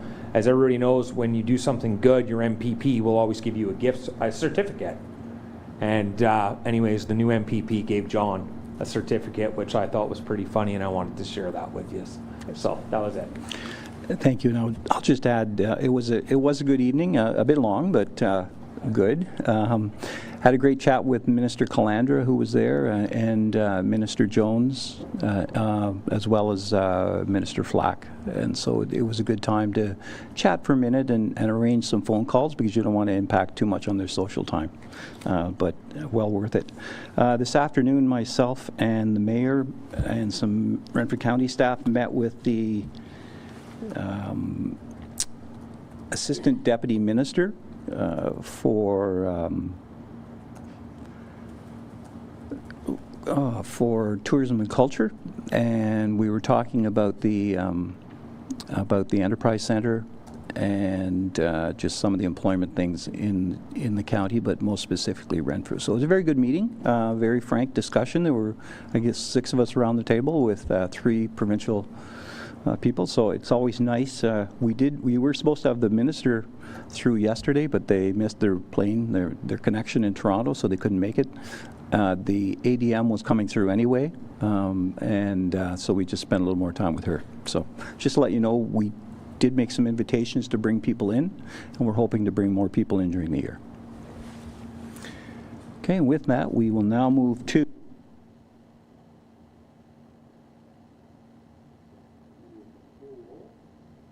and that Renfrew Town Council convene as Committee of the Whole to consider reports for recommendation to Council. Mover, please. Councillor Legree, second by Councillor McDonald. Discussion? All those in favor? Opposed? None is carried. Thank you very much. And we'll move to Director Latondres, please, for item E11. I'm sorry? Oh, read the motion? There it is. Okay, I'm going to try and stay here and get away from that other piece. That the Committee of the Whole recommends that Renfrew Town Council staff bring forward a draft memorandum of understanding between Heritage Renfrew and the Town of Renfrew in order to clearly define the partnership between both entities, and further that this MOU be part of the 2026 budget deliberations. A mover, please. Councillor Legree, second. Councillor McDonald. And with that, can we have the report? Director Latondres, please.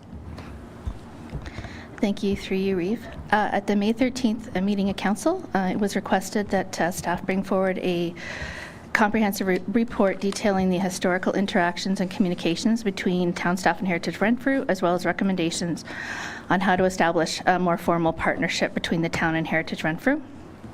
The report in front of you outlines timelines, nature, and outcomes of interactions between town and library staff and Heritage Renfrew between June 2023 and May 2025. The town staff, before proceeding with the rest of the report, really wishes to stress that we recognize and appreciate that Heritage Renfrew is operated by a group of very passionate volunteers. And as with many nonprofit organizations, volunteer recruitment and retention are ongoing challenges. However, Heritage Renfrew has done a great job of keeping volunteers. Despite these constraints, we want to acknowledge that Heritage Renfrew plays a vital role in preserving the history of Renfrew and making it accessible to the public.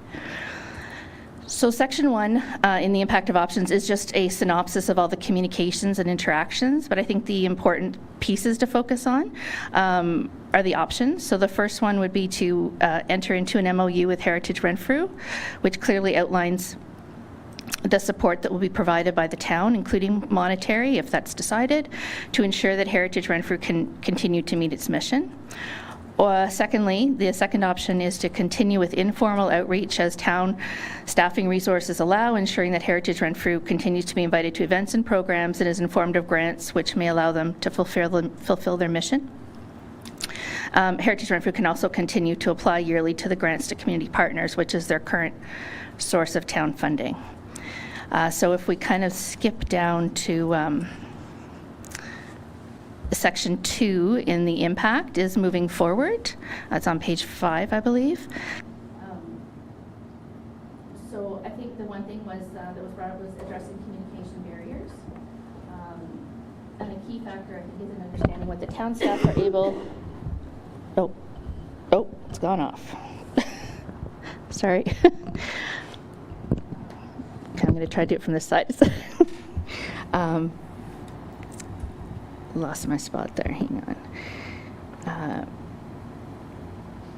Town staff will continue to reach out and engage with Heritage Renfrew. Community service and library staff do engage with local nonprofit groups as time and resources allow. We know that this is not always what the amount of time we'd like to be able to spend and help these groups, but we do try when we're able, and we will continue to do that. The second option would be an MOU with Heritage Renfrew. So as with the NHA, NHL Museum and the Golden Age Activity Center, etc., and as Heritage Renfrew is a nonprofit organization, currently the town provides yearly funding to the NHA, NHL outside of the grants to community partners budget. The town also has a formal MOU with the Golden Age Activity Center in order to for that organization to fulfill its mandate. So to ensure that Heritage Renfrew continues to fulfill its mission, the recommendation is that Council enters into a funding agreement and MOU with Heritage Renfrew, which would ensure a clear path forward for Heritage Renfrew and define the town's role as well. Should Council wish to explore an MOU, you may wish to direct staff to explore this type of agreement in more depth and bring forward a draft for review. Thank you. Thank you. Questions, comments, Council? Councillor McWhorter. Through you, Reeve, for Director Latondres. So under the MOU, from what I understand or what you're saying, does that mean you're actually going ahead and putting a budget line on our yearly budget for Renfrew Heritage? And if you are, I don't see any amount on here. Is there going to be any discussion? And if this goes forward, based on the fact that we're in a different climate now with strong mayor powers, will we even have discussion on this, or can this just go to the mayor and he does his budget and we don't have any discussion on this and where it's going or how much. I mean, we are responsible to taxpayers of Renfrew, so we can't just put an open end on this. So, Director, please. Yes, thank you through you. So currently, no, there is no line for Heritage Renfrew. There is for the NHL, and there is for Golden Age Activity Center as well. Our suggestion is that this become a more formal partnership and actually create a line which would be decided at budget time. However, I'm not sure how that's going to play out, but it would be a budget item that would be discussed. Outside of that, it could, depending what's brought forward in that MOU, it could contain things like, willing to partner should a grant arise, or I mean, it can contain other items besides just monetary, but that would be, because we've done it for other organizations, that seems to kind of be the route we've done in the past, so that was the suggestion for this one, but no, there is currently no budget line for Heritage Renfrew. Supplementary?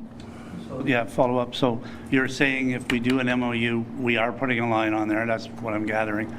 My problem is, and I don't necessarily have a problem with that. My problem is there's no fixed amount. Whoever does the MOU can decide that when they do the MOU. It could be Director Tonders, it could be CAO. So the council has no input then on how much that's going to be. And if it does go forward, based on what I understand strong mayor powers are, the mayor could simply put through a budget with that amount on it with no consultation with council whatsoever. If I'm understanding that right, maybe CEO and the clerk. Well, I think an MOU, what you might consider doing is similar to what council has done in the past with the Golden Age Center, where there was the schedule on a go-forward basis. There was 2% added for the over the first 5 years, and then I think that's and council would pass that signing of that MOU once it's developed with the mayor in attendance as well. So it would take, a somewhat gutsy move to just upend that for no reason, but you're right, there is a risk.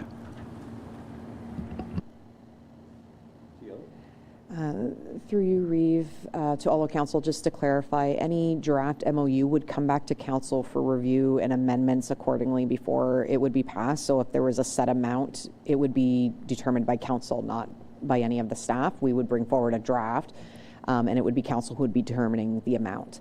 In addition, in regards to the strong mayor aspect, council technically always has a say in that budget process during the 30-day amendment period.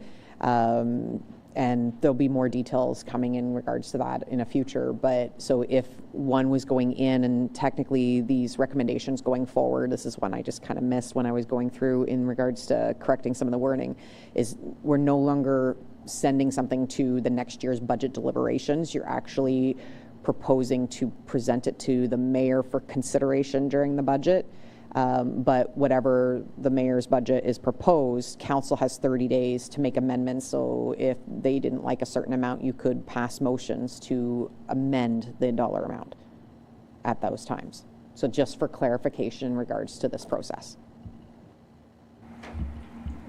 So follow up. Metri? So then I'm correct that the MOU goes through at a certain amount. It goes to the mayor. He can make that part of his budget. And then in order to change that, we would have 30 days to have to try to pass a motion to change that particular line or whatever. So yeah, the strong mayor issue is actually a big issue when it comes to doing budget, because I don't feel council has enough say in the amounts, but that's just my opinion. So I'll just say that. Thank you. Thank you. I don't think anybody's going to disagree.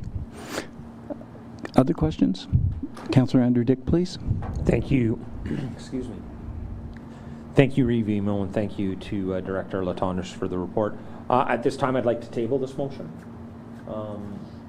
until our next meeting, as I have some questions that I would like to ask staff. However, these questions arose from the delegation, and I don't think it's fair to staff for me to ask these questions because I know the answers won't be there. So if we could I'd like to make that motion to table. Okay, understanding that we would have this July the 8th. This is committee of the whole, so it would move to another committee of the whole and then come back to council in August. I understand that, Okay. Revimo, but I would personally like to do this right, and then instead of rushing it tonight.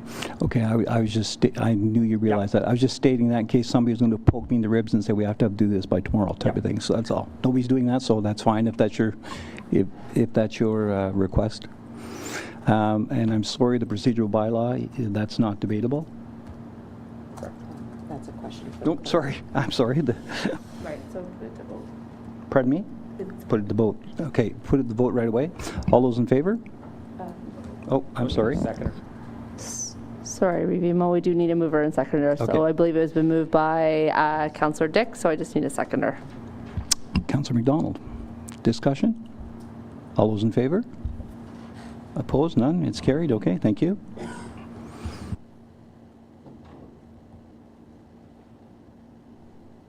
And next we'll have Director Latondras again, please.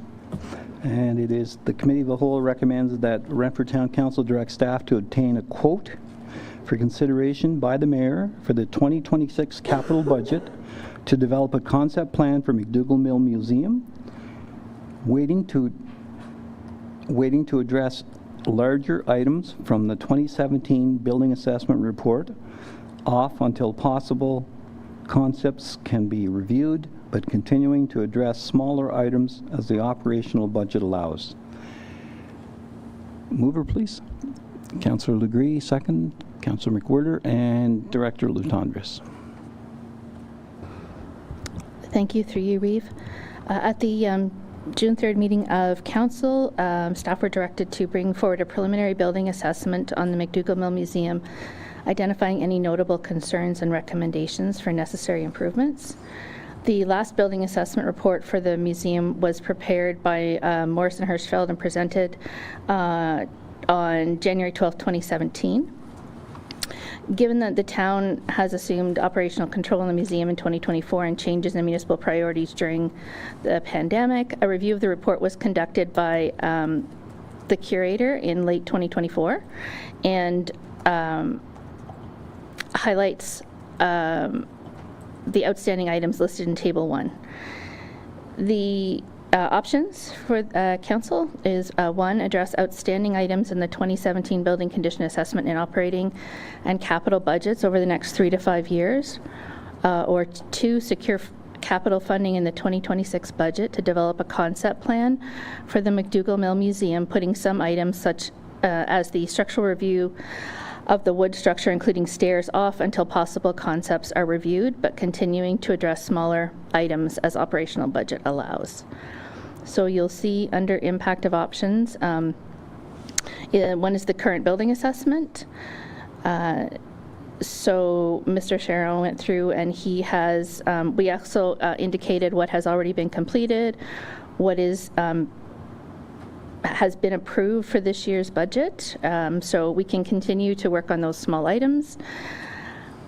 And then option number 2, the concept plans. This is more to explore the future use of the museum by developing a concept plan, taking into consideration plans and reports, and how these may affect the use of the museum, including the Arts, Culture and Heritage Plan, the Waterfront Master Plan, the Town of Renfrew's Accessibility Plan, and the lack of heating and air conditioning in McDougall Mill Museum.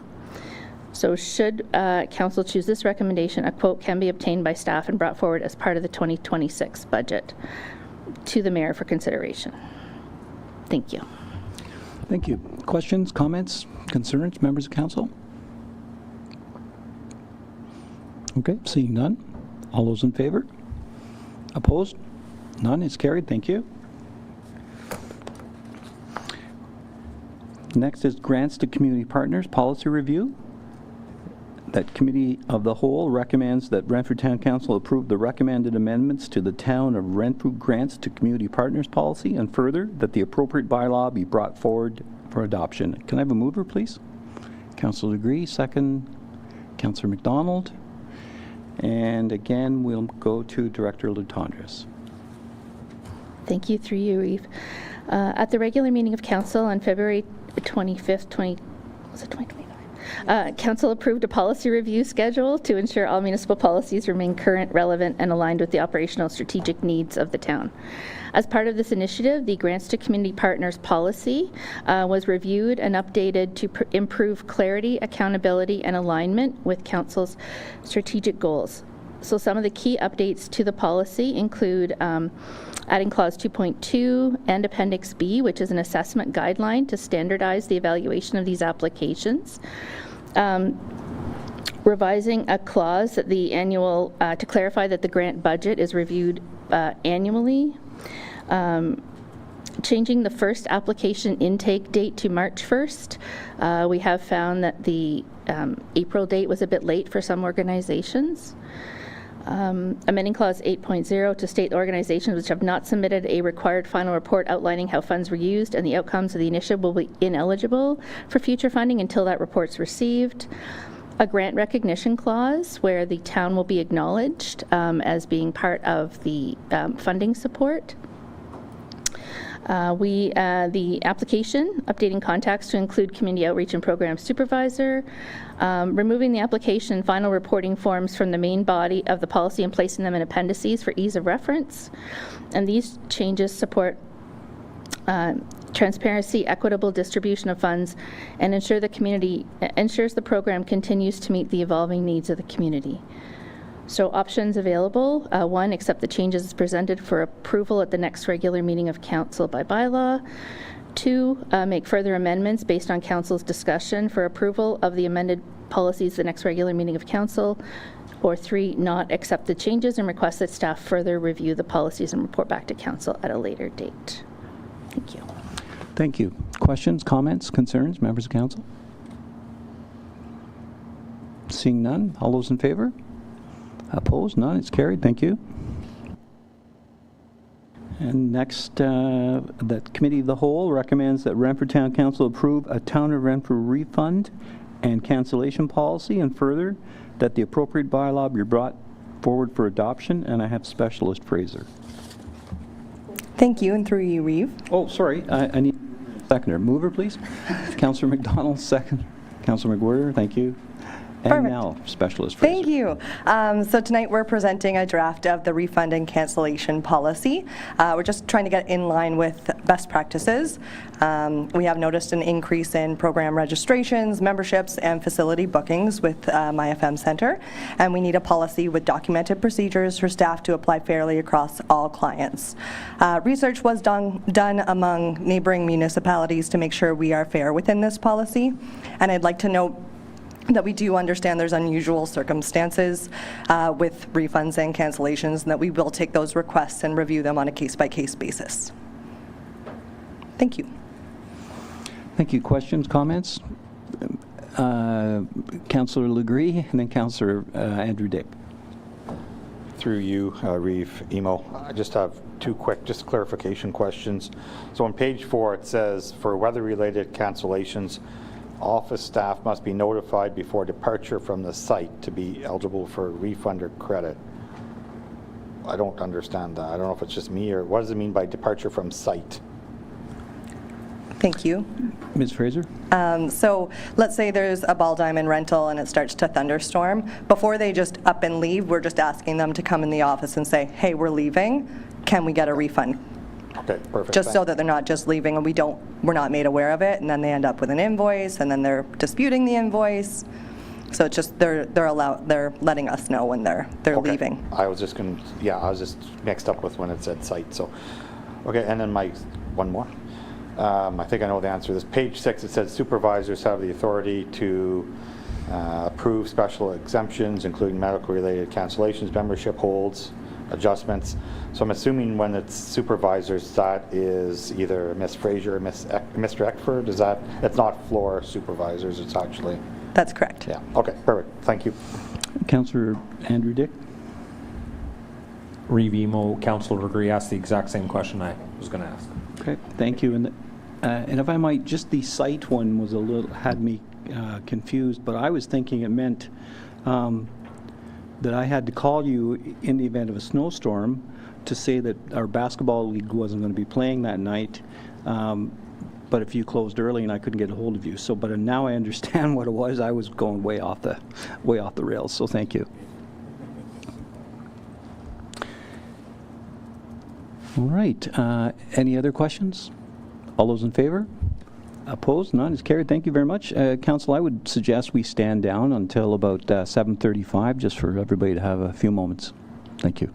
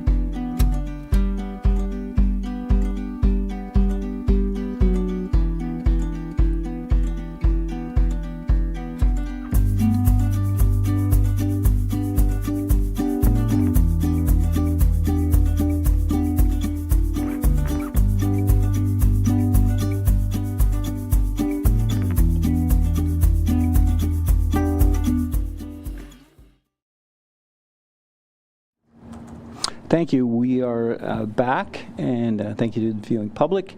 We're moving to E.2.1.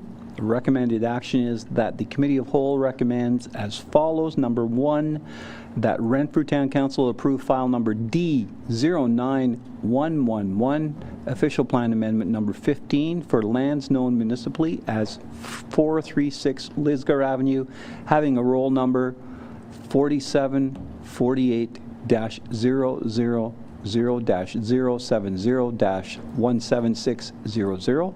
And number 2, and further, that Renfrew Town Council approve file number D4-154 zoning bylaw amendment for lands known municipally as 436 Lisgar Avenue, having a roll number 47-48-000-070-17600. A mover, please. Councillor Legree, second. Councillor McDonald. And Director Withers, please. Thank you, and through you, Revimo. These applications pertain to concurrent amendments to the official plan and the zoning bylaw. Am I audible? Can you hear me back there, Nate? Okay, thanks, buddy. The purpose of the proposed amendments is to redesignate and rezone a vacant parcel of municipally owned land currently designated as industrial in the official plan and zoned. That was a little casual, I will acknowledge. Dodge is coughing. And zoned as a community facility to allow for future residential development. The rezoning and redesignation would align with the predominant use of land. The predominant use of adjacent residential lands to the east, and would increase the development potential and marketability of the site. Appendix A includes the draft official plan amendment number 15. Appendix B includes the draft zoning bylaw amendment. The subject lands are about 4.5 acres in area. They are approximately 543 feet in terms of frontage on Lisgar Avenue, and about 300 feet of frontage on Tupper Street, along with some additional frontage, about 200 feet, that extends an unopened road allowance with the extension of Tupper Street.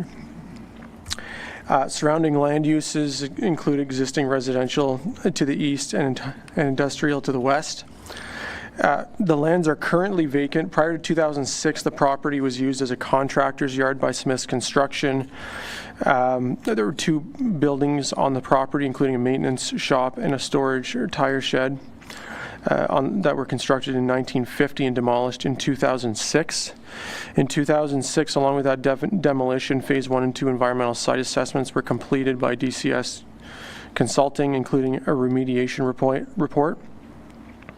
The remediation included the removal of approximately 338 cubic meters of soil in the reinstatement with clean soil. The site at the time was evaluated to meet the requirements for the MOE Table 2 residential cleanup standards for all excavation verification samples.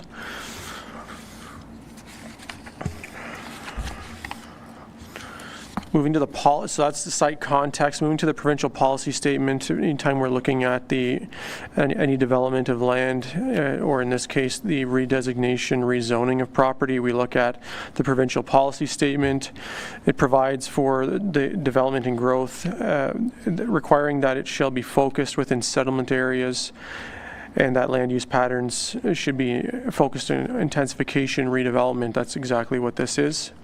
Section 5.3 of the PPS addresses the need to mitigate human-made hazards, including contamination of land from previous uses. We do anticipate the need for a record of site condition from the Ministry of the Environment.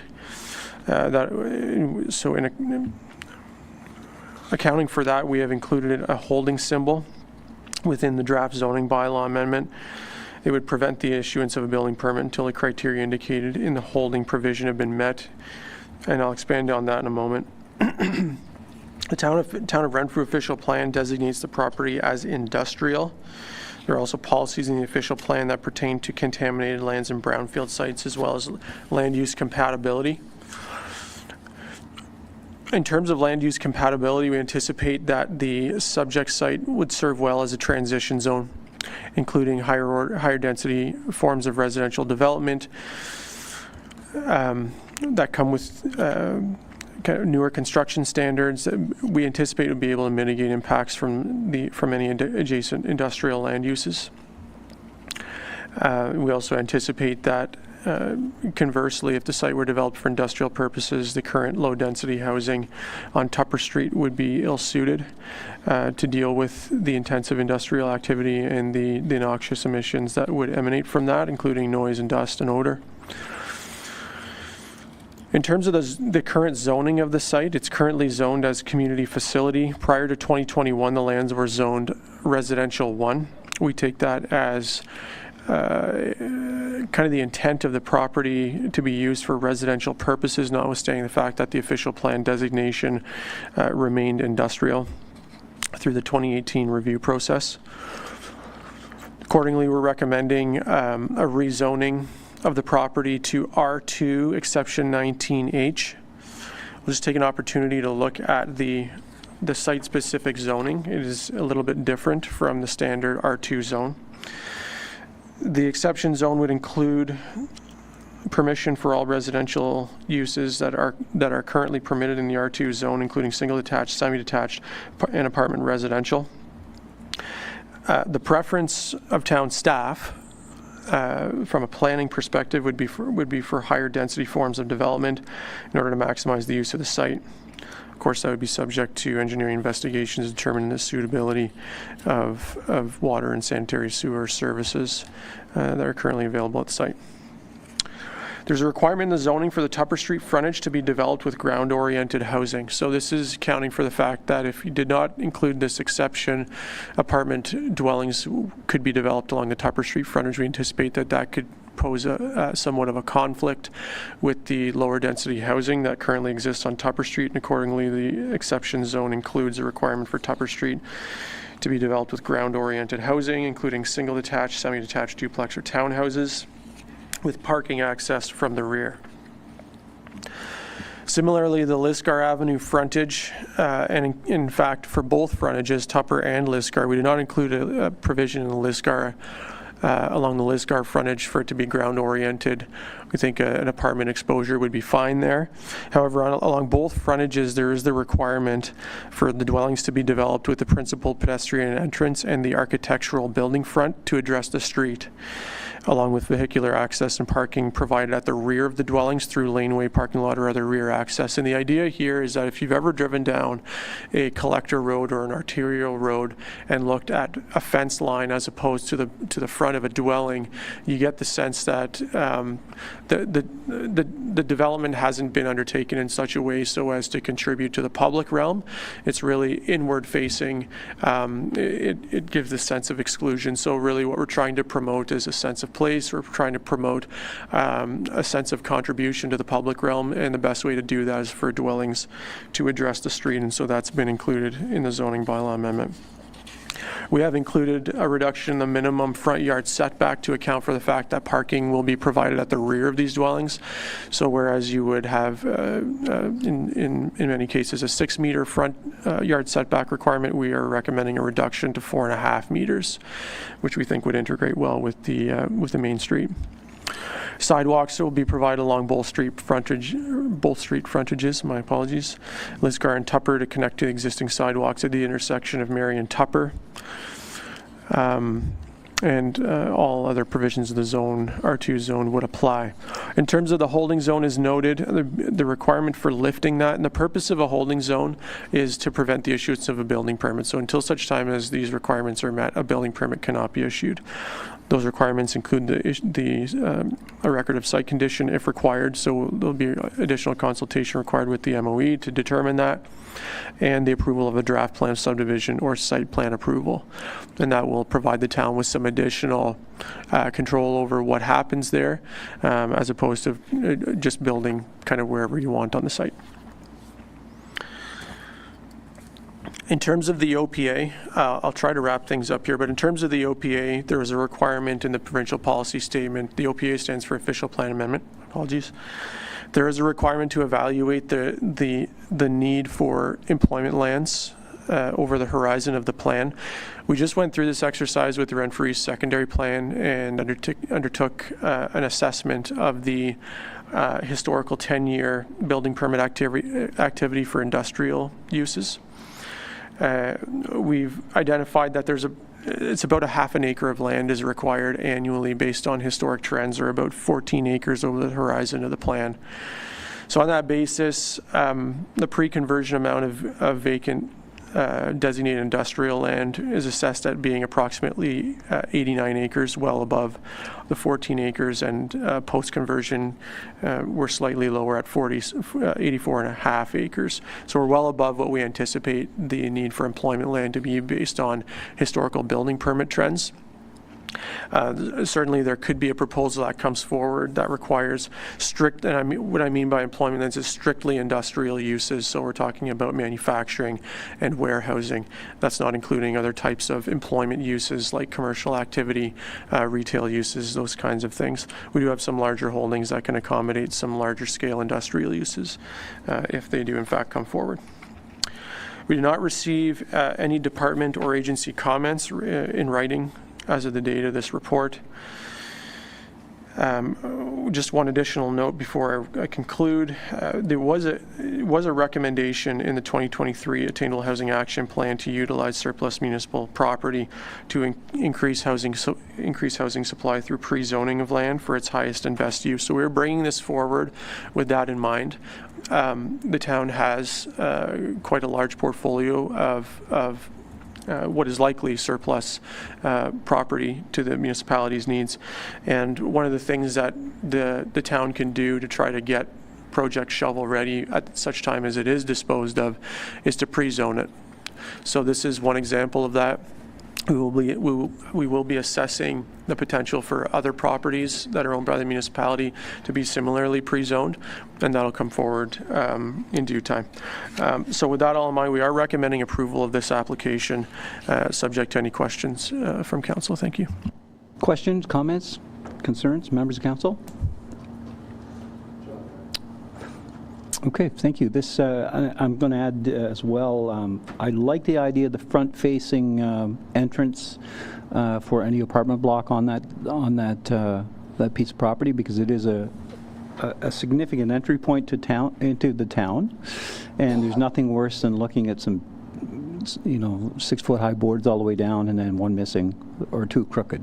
Drives me nuts when I see that. So I really like this. I think it makes a lot of sense. It reminds me of if you drive into Bell's Corners and then turn towards Ottawa when you go along, I can't remember the roadway, but it's a significant one that goes to Rona. Anyway, if you drive along there and see the new ones that have been put up over the last couple of years, that's what it reminds me of. So thank you. The question I have is that there is nothing that I'm aware of that says we have to keep industrial lands designated as industrial lands. There's not a certain percentage of our land mass that have to be kept as industrial or employment lands. So I don't think we'll see any interference from the province, but I just wanted to check to make sure I was correct. Yeah, that's exactly correct. And as noted, there was an analysis undertaken with respect to the inventory, and we're satisfied that it's suitable. Thank you. Thank you. Any other questions? Seeing none, all those in favor?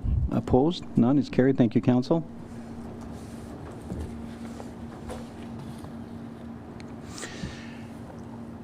The Committee of the Whole recommends that Renfrew Town Council approve the requested encroachment within the Veterans Memorial Boulevard Fortington Street right-of-way to accommodate an exterior display to continue at the pleasure of council, and that the appropriate bylaw and agreement be brought forward to council for approval. Mover, please.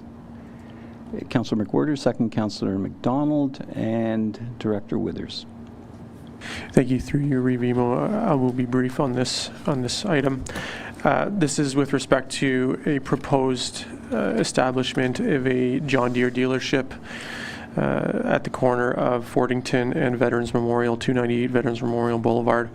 The initial design process indicated that the proponent owned more land than is actually the case, and I think I would agree with the proponent. It was somewhat surprising to see, based on preliminary air photography and the layers that we have available to us, certainly indicated that there was more land available to the owner of the property for their purposes.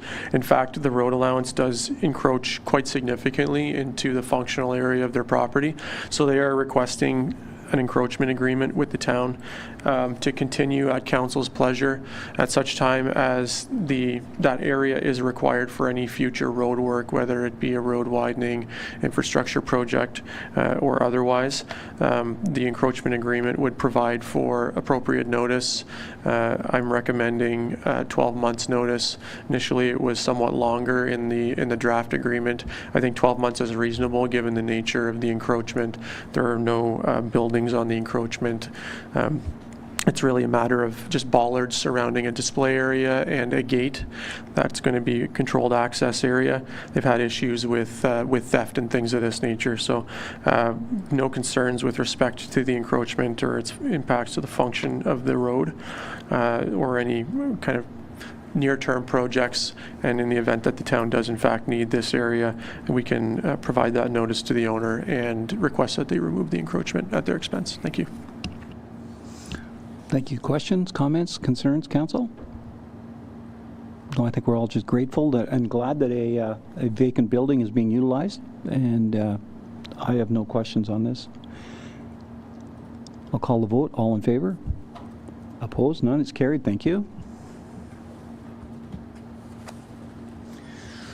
That Committee of the Whole recommends that Renfrew Town Council approve the Memorandum of Understanding, MOU, between the Town of Renfrew and the County of Renfrew regarding the Boncher Manor modular housing development, and authorize the Mayor and Clerk to execute the agreement. Mover, please. Councillor Legris, second by Councillor McWhirter, and Director Withers, please. Thank you, and through you, Reeve.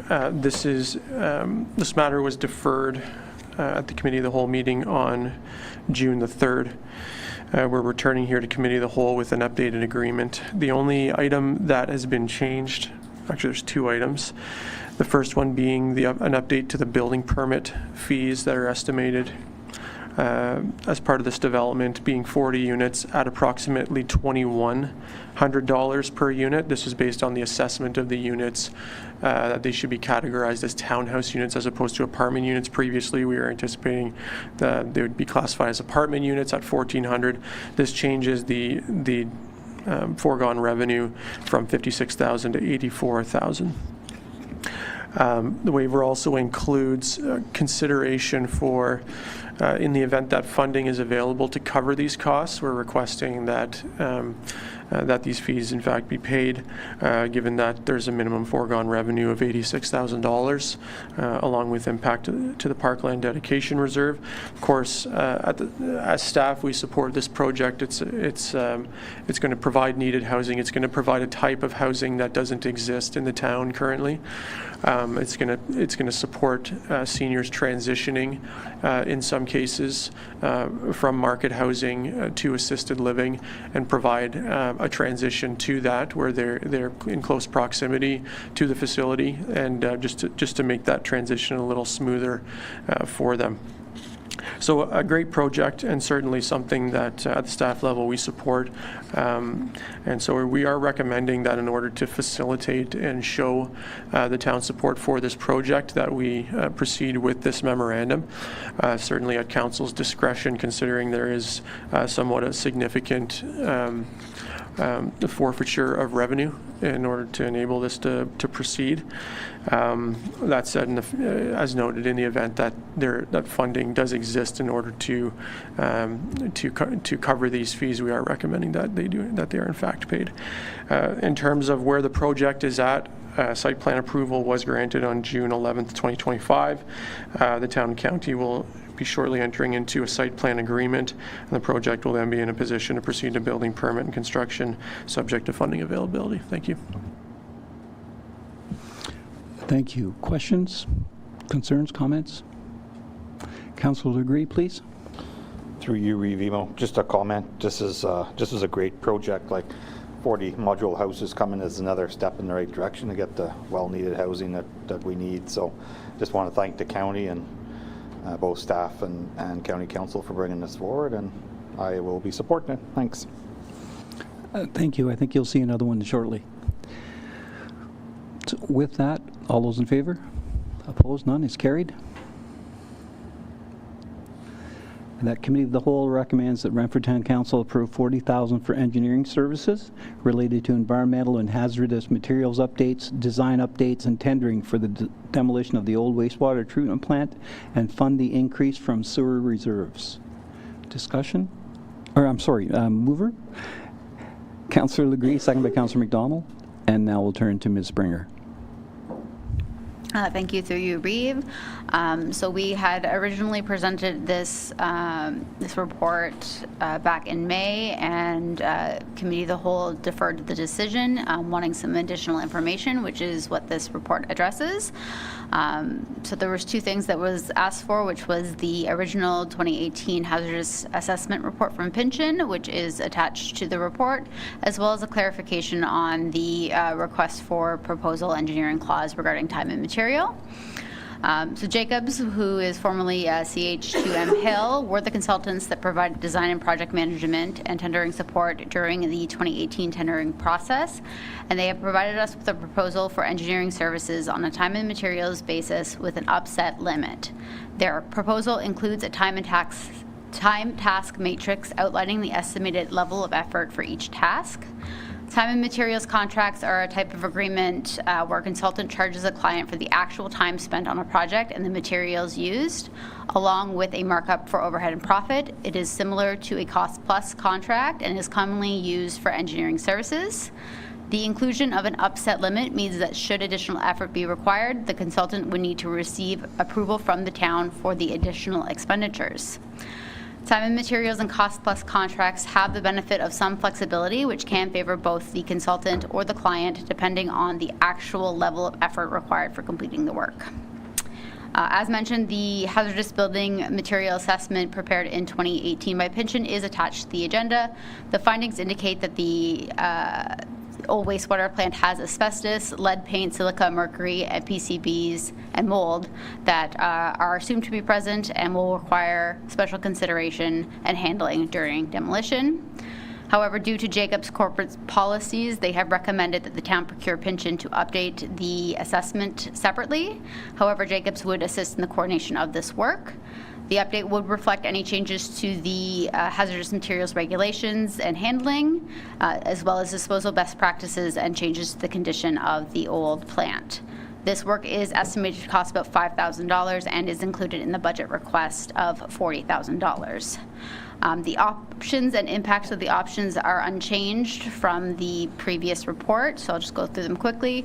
Approve the $40,000 budget and funded out of sewer reserves is option one, and that is the recommended option. The second option is to award the work from another consultant to another consultant. And then the third option is to postpone the work and reevaluate it as part of the 2026 budget deliberations for the mayor. Thank you. Thank you. And questions? Councillor McDonald.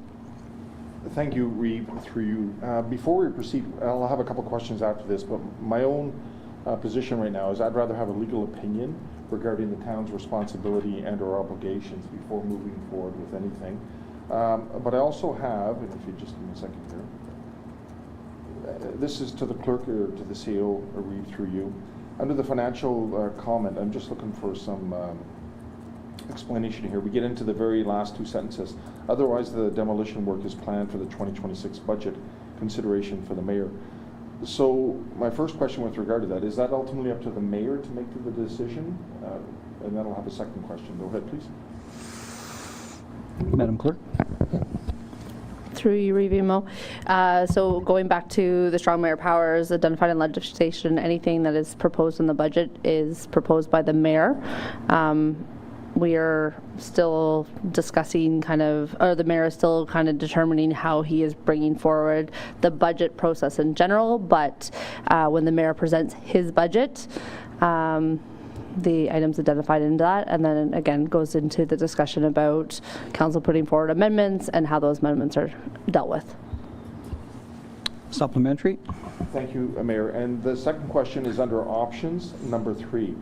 One of the options is we can postpone the work, because I'm not happy that we don't, I'm not satisfied that we don't have the legal opinion. I'd want that.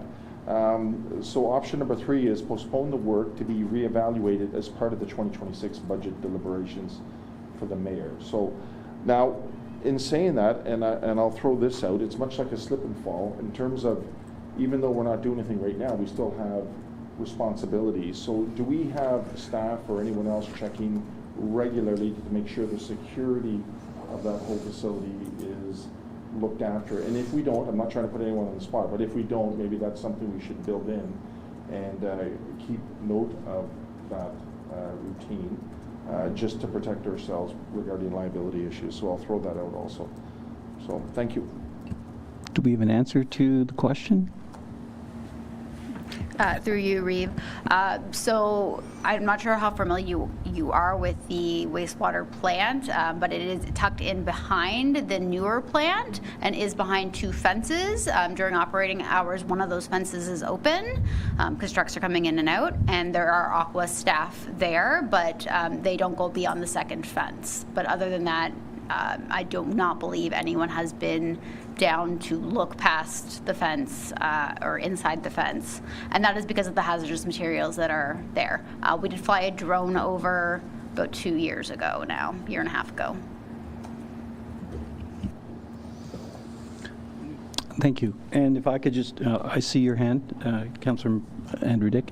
If I could just ask the legal opinion, what are you hoping to achieve? Or do you know it? I don't mean that disrespectfully. I guess through you, Reeve, our obligations and the responsibility that's on our shoulders, do we leave it there, or is there a priority that we need to do something with it? So that's what I'm looking for with regard to that. And Councillor Andrew Dick, please. Thank you, Reeve, and through you. So I'm just going to make some general comments here. I didn't support this the first time it came through, and I don't support it now. We have a building down there. Nobody from the government, nobody from an insurance agent, nobody has come to the town of Renfrew and said, you need to get rid of this. We've taken this upon ourselves to spend money on something that nobody has told us to touch. Okay? I'm just blown away that we're willing to hire a consulting company, mind you, at a cost plus contract, which totally don't agree with, because we know what happened last time we signed one of those contracts. I don't know what we're doing here. Let's just use some common sense.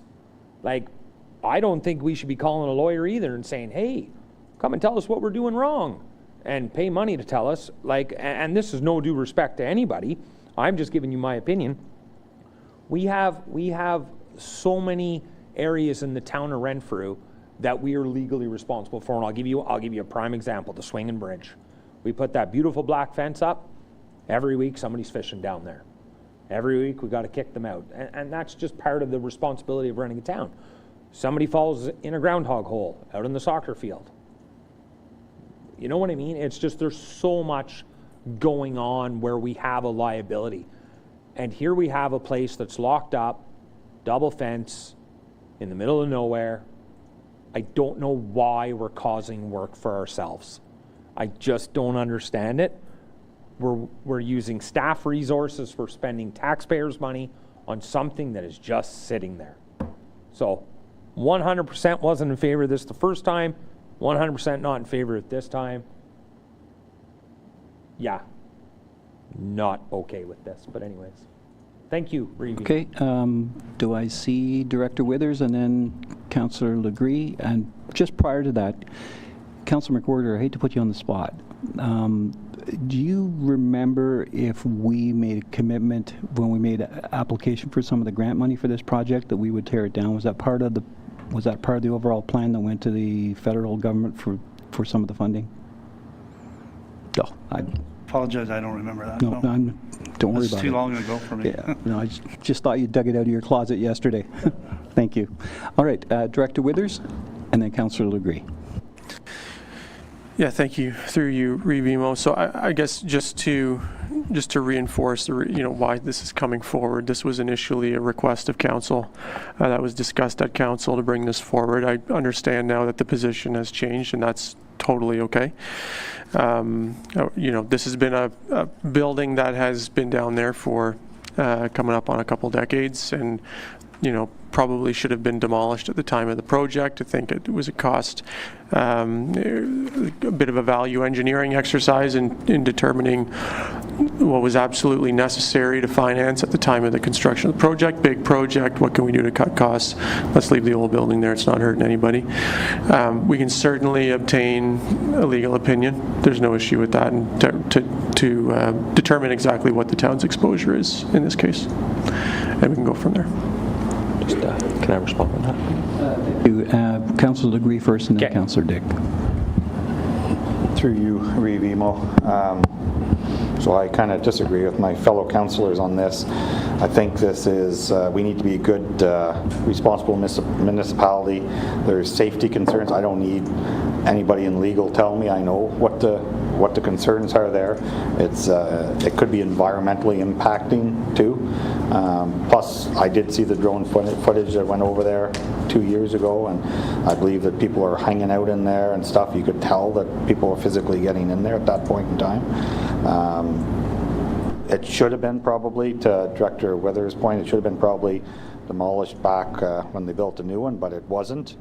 And we know it's an issue, and I think we need to do something about it. So I will be supporting this motion today. Thank you. And Councillor Andrew Dick. Thank you, Reeve Emo. And just to touch base on what Director Withers said, council did bring this forward to staff, but I didn't support it then, and I don't support it now.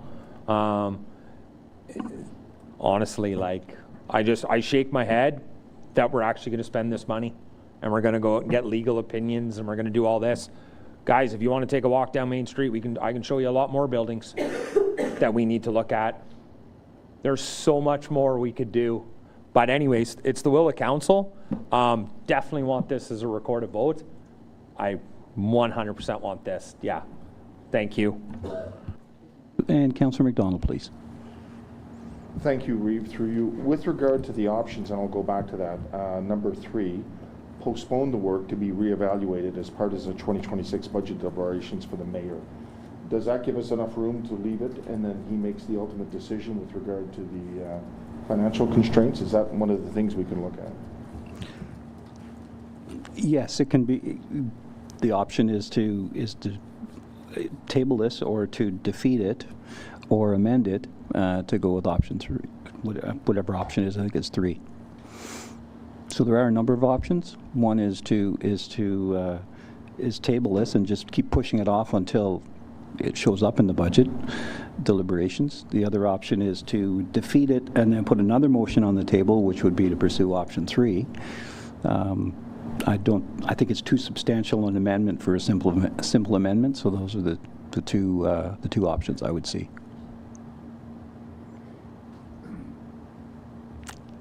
Was that clear-ish? Councillor McWhirter? Through you, Reeve. Just a statement. I think I agree with Councillor Legree. It's good housekeeping, but at the same time, in better times, fiscally better times, that would be something I would be okay to do. But I know we're coming up to another year where we're going to want to do some projects that we put off, including some roads. I'd sooner spend the money on that than a building that's not really doing anybody any harm. We're not in a position we're mandated to do it. Yeah, it makes sense to do it down the road maybe, but I think the money would be better spent this year. We don't have a lot of money to spend this year, so I think it'd be better spent on something more tangible than an old building for now anyways. Just my opinion. So, yes, Councillor Andrew Dick. Thank you, Reeve Emo, and through you. Just one last comment to my fellow councillors. This is a cost-plus contract, correct? The same as the Mattaway project?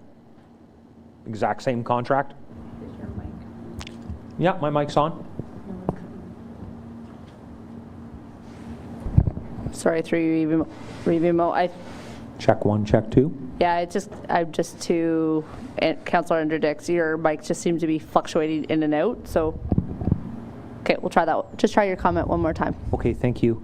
I just want to be clear that it's the exact same verbiage that we used for the MyFM Center project. It's the exact same contract. I just want to know if that's the truth or false. Okay, it is the similar structure, yes, not the exact same one, but yes, it is a cost plus contract, yes. Okay, so follow up? Certainly. So we're saying 40,000, but ultimately it could be 80,000 because we're signing a contract stating it's cost plus. So regardless of what they tell our staff, and this is no fault to staffs, but the engineering firm could say, hey, yeah, it's 40,000. But then in 2 months or 3 months down the road, they could say, you know what, it's 80,000. And we can't do anything about it but pay the 80,000. Am I correct on that, Reeve? I don't know, but I'll try and get a clear answer. So thank you. To staff, without putting you on the spot too much, is there a cutout at some point where we can curtail the work and offer reconsideration? I know that the major flaw in the Mattaway project was the cost plus contract, but the more significant flaw was the omission of telling people that there was a certain date where you could transfer it to a standard contract. So I'm just wondering, is there a similar mechanism with this? This is a little bit different in that the drawings are substantially complete. Like they just need to be updated based on present day requirements. Really, the reason it was kind of tough for them to put a number on it is because, well, a lot of the documentation is there, and we're really just updating it. We're asking them to tender the project for us. So it's certainly possible it comes in under this. But what we can do is we can return to them and say, listen, can you put a tighter number on this? Give us a sense of what you actually think this is going to cost instead of the language that we've been talking about. We can bring that forward to council along with the legal opinion for further consideration. Thank you. So to council then, to get that kind of clarity, would someone be suggesting a motion that we table this, or Councillor McDonald, could I hear from you? Sorry, Reeve, I'll put a motion in to table this. Okay, thank you. Further information. Seconder. The seconder is Councillor Andrew Dick. Discussion? All those in favor? Opposed? None. It's carried. Thank you. And to our staff, thank you for the report. It provoked a good discussion and a couple more questions, and we apologize for that, but that's part of our process, is to make sure we fine-tune it as much as we can.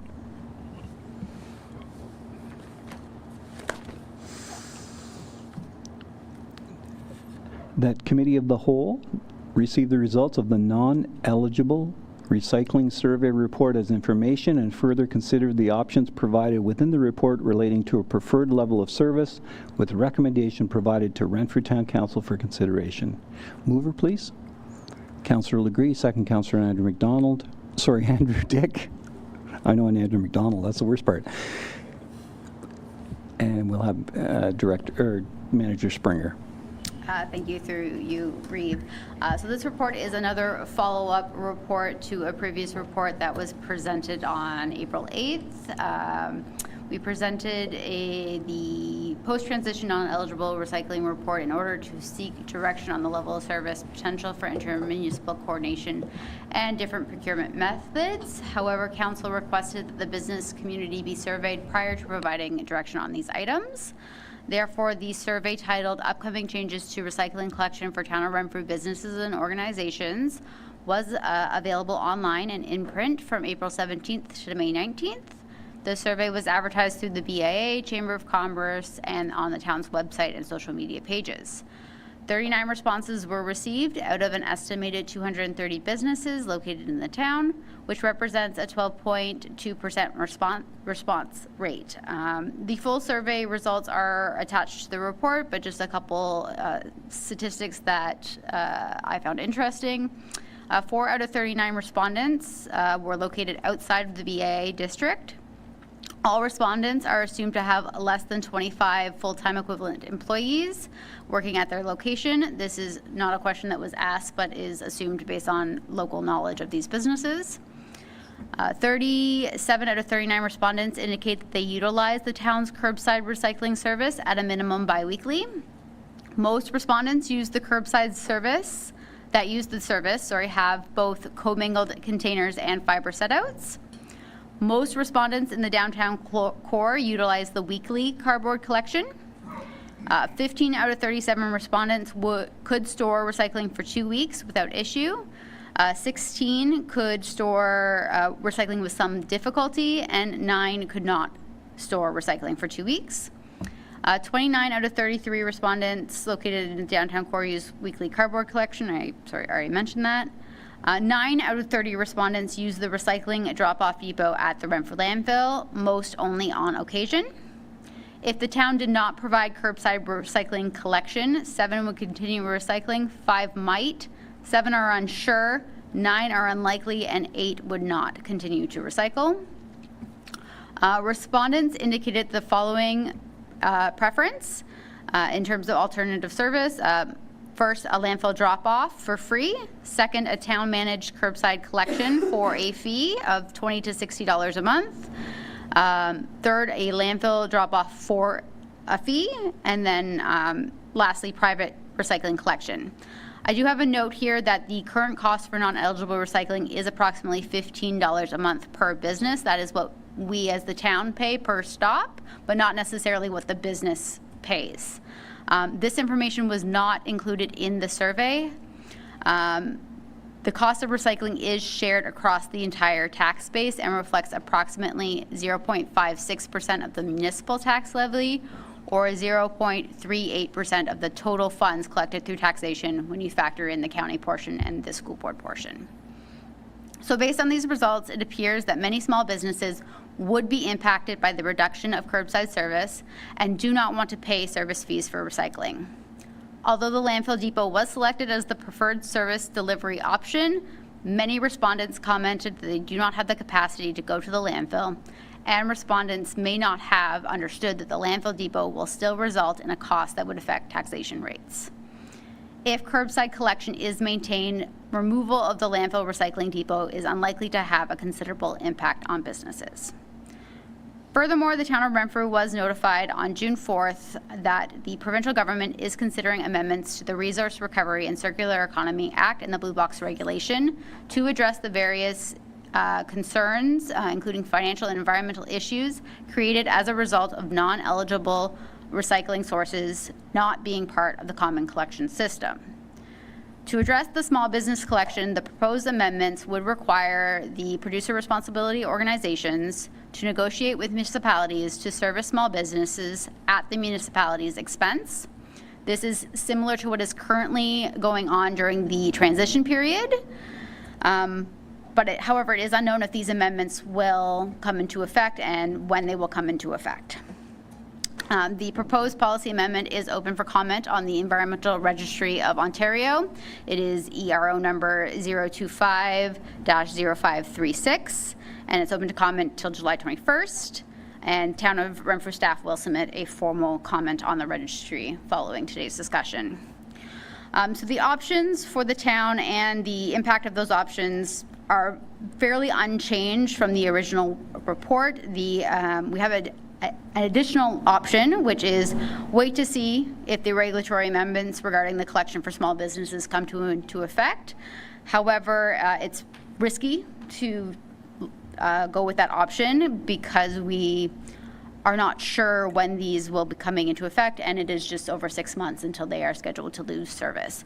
So progress on procurement is recommended to continue in order to minimize the impact to services. However, any service agreements should be modified to include contingencies for the termination of the contract if the amendments come into effect. So again, we are looking for some direction on the level of service. So are we maintaining the same level of service? Are we going to reduce it? Are we going to just get rid of it altogether? We're looking for direction on whether or not council would like us to investigate collaboration with the neighboring municipalities for group procurement, and also looking for direction on whether or not council would be open to a sole source agreement or if they would prefer a request for proposal process. Thank you. Thank you. So I'm going to go with the easy question first. With regard to the ERO 0250536. It says it's open until July the 21st, and you were, I think the report indicates staff was going to submit a report after today's discussion. Is it possible to delay it until after July the 8th or July the 8th meeting? And I recognize your summer holidays, so that's why I'm asking. To you, Reeve, yes, we could for the one that's specifically, for the amendment that is specific to the non-eligible source collection changes. Okay, thank you. Councillor Andrew Dick. Thank you, Mayor. Thank you, Reeve Emo. And thank you to our manager,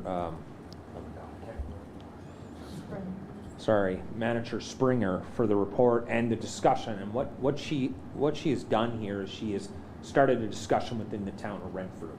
And we're hearing a lot of comments from the businesses that are being affected by this. And Manager Springer has given us a lot of options. So I'm just going to kind of let her know where I'm thinking, because she is looking for direction from council. I'm really thinking, from what I hear, from what I see this report, that we can't take this level of service away from the businesses. I don't think I feel comfortable telling a business, small business owner, 1 or 2 employees, and they get a lot of cardboard, hey, you got to start taking it to the landfill, or you got to pay for it. So that's where I'm leaning right now. And I don't know what my other councillors feel. So Manager Springer was asking for my direction. That's where I'm leaning towards. We can't take this level of service away from our downtown core, our small businesses. Thanks. Thank you. Councillor McDonald, then McWhorter. Thank you, Reeve, through you to the manager. Bottom of page 2, current cost for non-eligible recycling is approximately $15 a month per business. That's for now, but we don't know the actual cost if we continue on with it. Is that correct? Through you, Reeve, that is correct. So as part of the direction I'm trying to get from council tonight is whether or not to go to tender, and then that would come back for council's review and decision. Thank you. Councillor McWhorter. Through you, Reeve, for Manager Springer. So you mentioned that the tax base pays for this service now. So tax base as in all the taxpayers of Renfrew are subsidizing the businesses on the main street basically for their recyclable. If that's true, do you have a figure exactly how much that is? And I have a follow-up. Through you, Reeve. Yes. So the non-eligible portion of recycling currently costs us about $70,000 a year. I think that's what it was budgeted for this year. And as mentioned, if we're collecting, $12 million in municipal taxes, that's 0.56% of that. But if you were to actually look at your tax bill, because there's the county portion and the school board portion, the part that actually goes towards recycling is 0.38%. Okay, supplementary. Follow up for you. So have you looked at, or has the businesses on the main street looked at the other businesses in town, what they do that are not on the main street? I remember years ago when I had my own business, I took care of my own recycle. I made a deal with a recycler and basically left bins at no charge for the recycled material. We never had a pickup if you're outside of the core. I'm just wondering if anybody's actually explored that. Through you, Reeve. Yes. I believe that would be a question for the businesses. As mentioned in my report, we didn't get a lot of feedback from those outside of the downtown core, but just from driving around on recycling day, it's about 50-50 outside of the downtown core, those that use the curbside and those that don't, or have private dumpsters or are throwing out their recycling. Hard to say. So I'm going to offer my opinion. I'm interested in 1A, which is maintain the same level of service non-essential properties currently receive, and marry it with 2A, which is investigate the potential for collaboration with neighboring municipalities on joint procurement of curbside collection. Because I would think that might keep a truck busy for a day, depending on how many of our neighbors joined in, or 2 days or whatever, but I think that, that's I think that's something we have to look at with any contract is making sure that we maximize the time of the vehicles. Thank you. Yes. Yeah. And Councillor Legree, please. Through you, Reeve Emo. I'm in agreement with that, actually. That's kind of what I was looking at, too. 1A and 2A, I guess it is. Yep. Okay. That's my thoughts. To our other two friends, is that something you can live with? If not, I'll call a vote.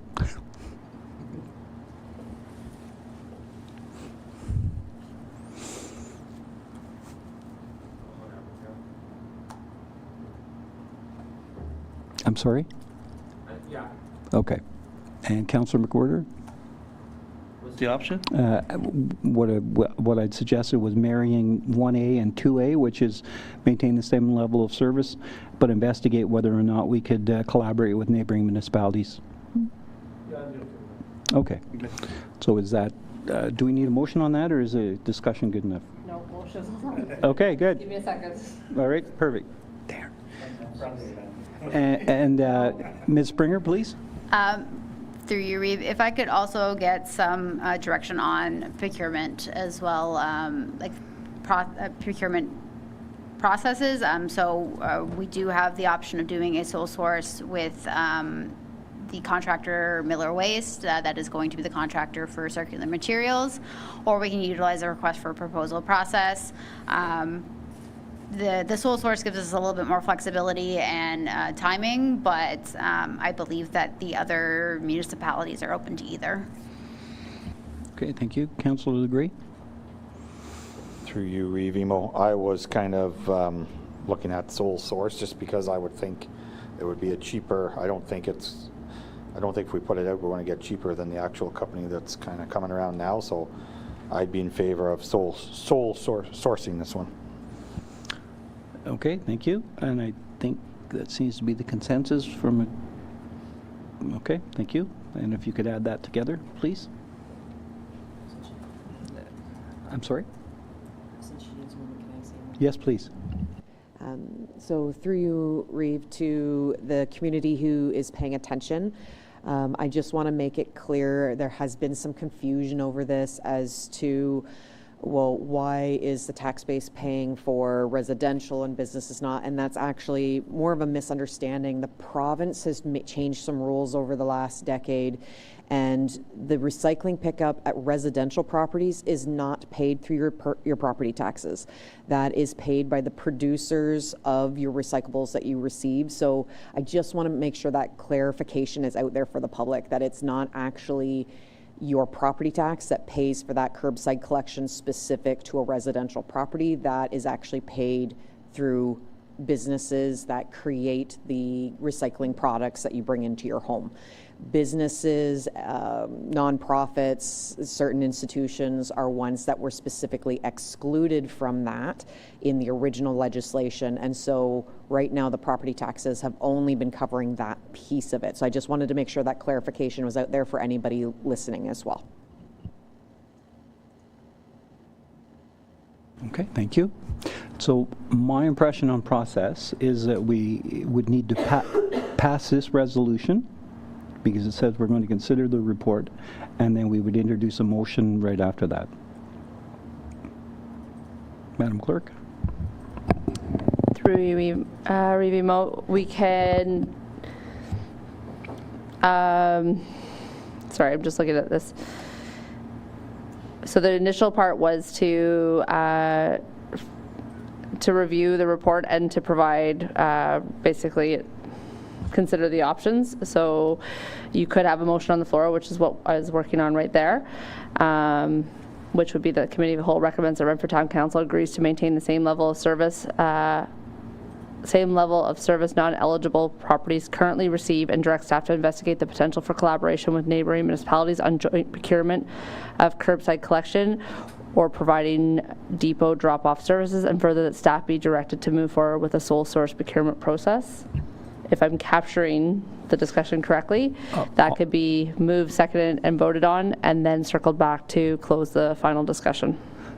Okay, there was the option of depot wasn't what we thought we were going with.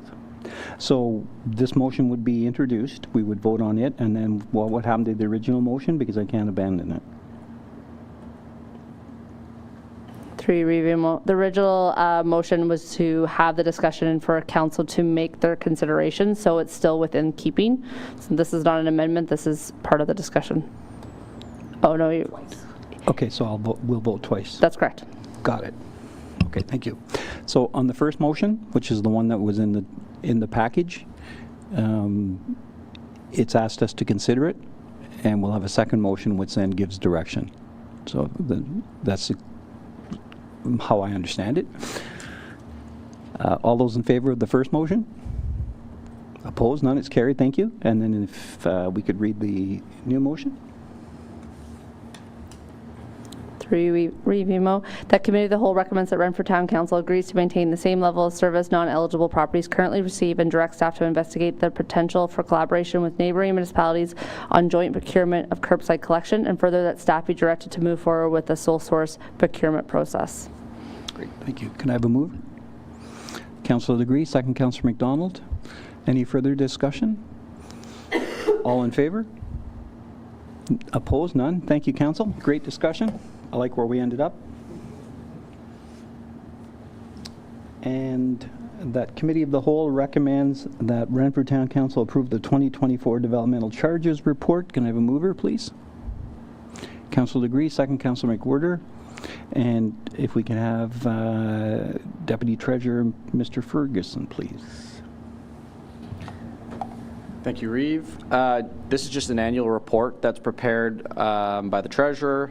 It outlines the development charges that are collected by the town of Renfrew within the year, how much interest is earned, and when we finance projects. Again, the Development Charges Act states as follows, that I won't go through all the details and read this all back to you, but there's the statement of the Treasurer and the requirements, and then the statement that's made available to the public, and then the copy to the Minister. What I did outline on here for Council's review is just the projects that were funded through DCs, or development charges, in 2024. They were as follows: the Mattaway expansion project, the splash pad portion of the official plan update, the Transportation Master Plan, Recreation Master Plan, Fire Master Plan, and O'Brien Road, the Connecting Link project, for a total of $713,000. Again, there is the statement attached to the report that shows the opening balance of $1.8 million, contributions of development charges being $28,000, just shy of $29,000, interest earned on the account of $104,000, and then the financing of $713,000, which leaves the town of Renfrew a closing balance within the development charges of $1.3 million. And if there's any questions, I can respond to those. Thank you. Are there any questions, comments? So I like the interest number because I think that gives us something to utilize as we move forward, especially with that last conversation. You know, maybe a motion, the last conversation on asset management. But so that interest number is quite intriguing. So, with that, is there any other comments? All those in favor? Opposed? None. It's carried. Thank you.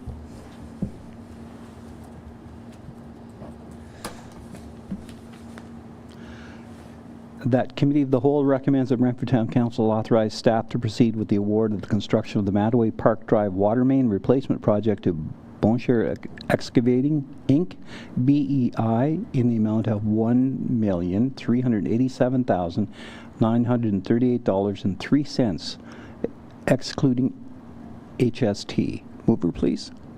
Councillor Degree, Councillor McWhirter seconds, and if we could have Director Bishop, please.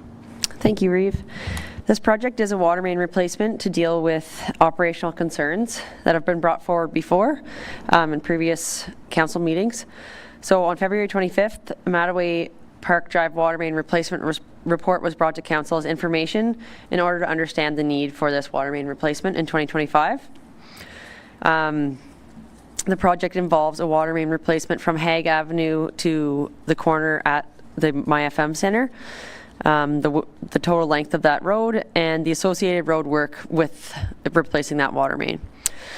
The design was done by JP2G Consultants, and the project was released to tender on May 22nd, 2025. It closed on June 12th. The opportunity for the tender was posted on the town website and bidandgo.com. 8 general contractors picked up the tender documents and 4 bids were received, including BR Fulton Construction, Bonachere Excavating Inc., Thomas Cavanaugh Construction Limited, and McCrae Excavating Limited. JP2G conducted a bid evaluation and prepared a tender report, which is attached. BEI was the lowest bidder, and as noted in the financial comment, they were under budget. So allowing the town to take advantage of the current construction season, requesting that this be awarded to BEI at this time, avoiding any potential cost escalations or scheduling conflicts with recreation operations later in the year. Thank you. Thank you. Comments, questions, concerns, members of council? Councillor Andrew Dick, please. Thank you, Reeve Emo. And so I think the one question I have, and it's a huge concern, hockey season, I believe, starts mid-September. Is this project going to be done before then? Because I'm in favor, going to vote yes. I am. I'm just really scared because I don't want to happen what we happened with 8th Street and Dominion where we didn't get it done. So that's one question. And then I have a comment after that. Director Bishop, please. Through Reeve to Councillor Andrew Dick. BEI did submit a construction schedule, and that's based on construction starting on July 2nd, which is next Wednesday. So based on that schedule, they have a completion date of September 19th. That being said, I don't know exactly what work would be done in September, but we could encourage them to have all the road work done so that the road can be open in that time. Okay. And a comment then, please. Thank you, Reeve Emo. So just a comment, and this is not a bad comment. This is just a comment, and hopefully moving forward, maybe this will help. Council gets these reports a lot, and some of us understand them, some of us don't, because we all come from different backgrounds. I would hope, I understand we have procedures, we have policies, procurement, all that good stuff, bylaws, but I would hope moving forward as a whole that different council members can offer insights into different things. And I know it's not our job, and we're not telling, we just want to be involved because we represent the taxpayers. And, I want to use an example. Like I look at the roundabout, and there's a lot of things out at the roundabout that I feel as a taxpayer, not a councillor, as a taxpayer, I'm like, why did we need that? Why did we need that? Why did we need that? And I think we all have been out there and said the exact same thing. So I believe, and I've worked with certain architects or whatever, these people are designing things because it's theirs. It's not the town of Renfrew's. They're the ones designing it. And they want to be able to say, oh, I designed that. They want to drive by with their family and friends. They want to put it on their resume and say, I designed that. So they're doing the absolute best to design it to make it look the best, where maybe we can knock some of that down. This is great work. Not taking anything away from staff. This is awesome. I support it. Thumbs up. I just, maybe moving forward, sometimes, I'm in advertising. You're in this. Kyle's in construction. You're in corporate. Clint's retired. Sorry, Councillor McGuirter's retired. Sorry, off topic. Reeve Emo. Thank you. Thank you. Very quickly, the addendum document from the engineering firm, is that what they consider to be a scorecard? Or do they actually have numbers and there's a little more than that? Because those 4 things are a little light, or 5 things are a little light in terms of being able, you know, if they were within $1.50 of each other or something, you'd want to know a little more. And if we didn't know one company, you'd want to know how long they've been in business or successful projects or something like that. So I'm assuming they've got more of a scorecard, and this is just for our consumption? Through you, Reeve. So JP2G conducts a bid analysis. They go through all the tender documents to ensure that all of the bidders have submitted the requirements required by the town. And in this case, it is kind of a scorecard, but they do recommend based on their experience with the contractors. So in this case, they have worked with BEI quite a bit. And at the town's interest, they're recommending the low bid as well. I understand your point, though, that if it wasn't a contractor that anyone had experience with and the prices were very close, more scoring might have to come into play, and that could be a town decision at that point. Okay, thank you. Just my curiosity. You've heard the information. All those in favor? Opposed? None? It's carried. Thank you, Council. And thank you, staff. That Committee of the Whole recommends that Renfrew Town Council endorse the 2025 Asset Management Plan. And again, Director Bishop, please. Thank you, and through you, Reeve. Right, can I have a mover? Councillor McDonald, second Councillor McWhirter. Man. Okay, Director Bishop. I really apologize. I'm losing my grip today. Thank you, and through you, Reeve. So our strategic plan outlines that we have to maintain and implement the town's asset management plan to meet legislative requirements with a focus on allocation of appropriate financial resources. And as Steve Keeley presented earlier, we have an update to our 2025 asset management plan. So this plan is to be used as a guiding document while preparing future capital budgets, working with Treasurer and CAO in the future, and with the Mayor and the Mayor's budget. So this is stemming from Ontario Regulation 588-17, which was also mentioned by Steve earlier in his presentation. There's a deadline of July 1st to identify your proposed levels of service for all assets, as well as life cycle management, growth assumptions, and a financial strategy. So this regulation is the final phase of the asset management planning requirement.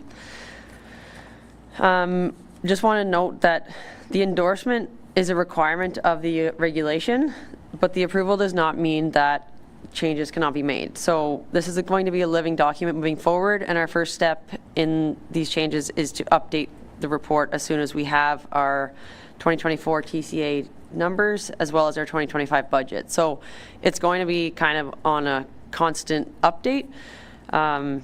So to meet the regulation, we need to endorse it by July 1st, but that being said, it's not a final document at this point.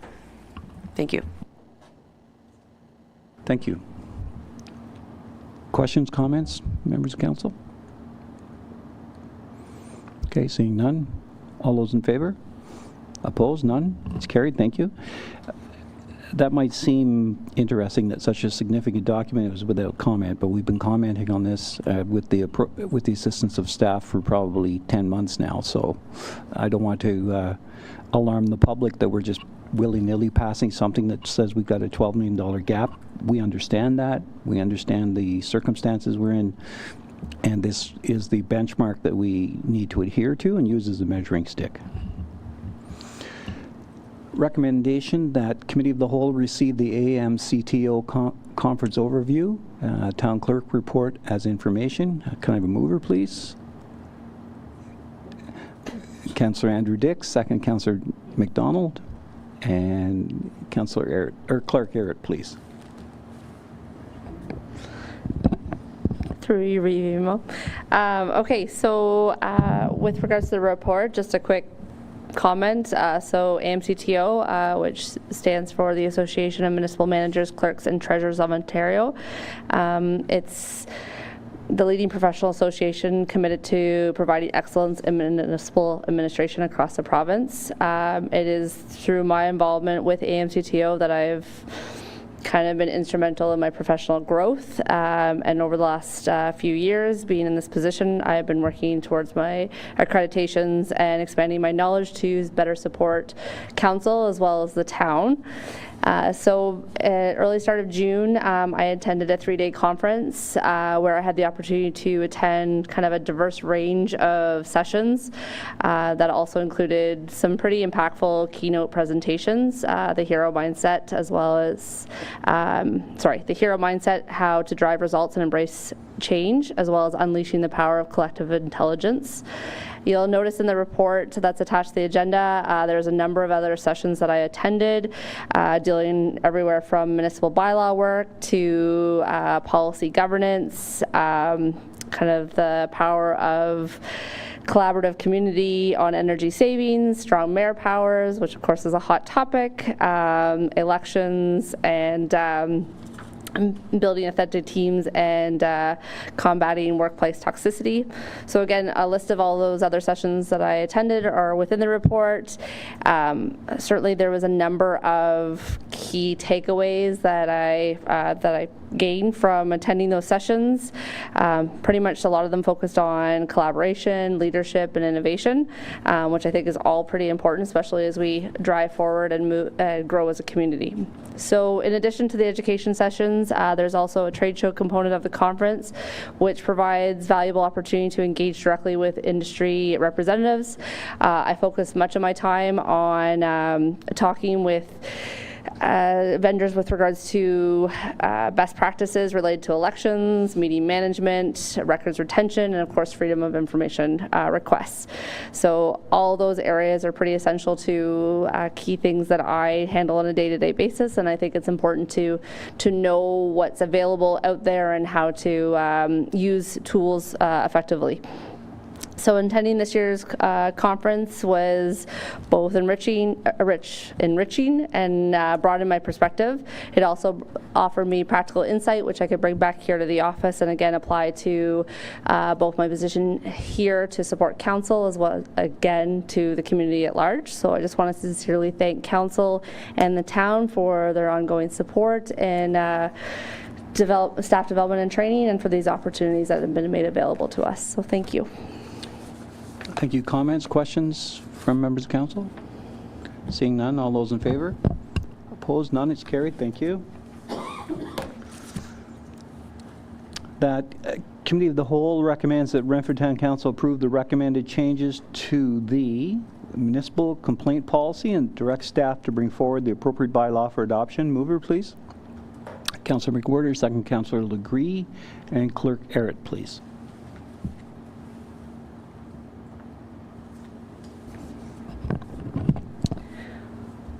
Okay, thank you. Through you, Revimo. So originally the town passed resolution 2019-03-28 back in March 26, 2019, which adopted a municipal complaint policy. At that time, the policy was not formalized through bylaw or through its own bylaw, but through the confirmatory bylaw. On November 22nd, the policy was presented to the new term of council during their initial orientation. At that time, it had been updated with the current clerk's information, but no other substantial changes were made. Again, the policy was not adopted through bylaw, but just through the confirmatory. The policy outlines a standardized process for addressing concerns raised by the public regarding municipal programs, services, facilities, and staff. Its primary goal is to ensure a consistent, fair, and transparent handling of complaints while supporting continuous improvement to service delivery. This policy distinguishes between formal and informal complaints and encourages early resolution and sets clear procedures for filing, investigating, and responding to formal complaints. It is part of our policy review process that this policy be brought forward, and I strongly believe that updating and formalizing the municipal complaint municipal complaint policy through bylaw will strengthen the town's commitment to transparency, accountability, and service excellence, and it also reflects both current information, identifies the town's dedication to constant improvement to service delivery, and ensures that the policy is in line with legislative requirements. And if there's any questions with regards to the policy or the changes that are recommended, which are all redlined and attached to the agenda package. Thank you. Questions, comments from members of council? I just have one on page 2, I believe it is, where it says criticisms or anonymous complaints. Is it possible to add comma social media? I know that's likely anonymous, but Sorry, through your page 6, you said? no, 2, sorry. Oh, 2. Yeah. Under purpose. I'll note that change, yes. Okay, thank you. Seeing no further comments, all those in favor? Opposed? None. It's carried. Thank you. That Committee of the Whole recommends that Renfrew Town Council approve the commemorative naming of Renfrew Tennis Court 1 and Court 2 as the Gary Irving Court and the Robert Peltier Court, respectively, and that staff be directed to proceed with the purchase and installation of appropriate signage and to initiate any necessary documentation or activities to formalize the commemorative naming. Mover, please. Councillor Legree, second by Councillor McWhirter, and Clerk Arrett, please. Yes, thank you. Through you, Revimo. At the regular meeting of council held on May 13th, the Committee of the Whole received a report regarding a commemorative naming request. Direction was given at that time to move forward with public notice advising the public of the requested names and kind of the background as to why those names have been brought forward. Public notice was released on May 20th. And outlined, like I said, the details of the request and invited public feedback. The notice was shared on the town's B-City app, social media platforms, and the town's website. There was no objections received, and all feedback that was expressed was actually positive. So based on that, and based on the requirements of our commemorative naming policy, staff do believe that this aligns with the intent and the criteria. Both individuals proposed are believed to have made meaningful contributions to the community as well as the Renfrew Tennis Court. We do feel that they are fitting candidates for this recognition, and as I said, the public notice had no concerns, and in fact was extremely positive. So if there's any questions or concerns that council wants to discuss, I'm happy to answer. Comments, questions from council? Okay, seeing none. All those in favor? Opposed? None. It's carried. Thank you, council.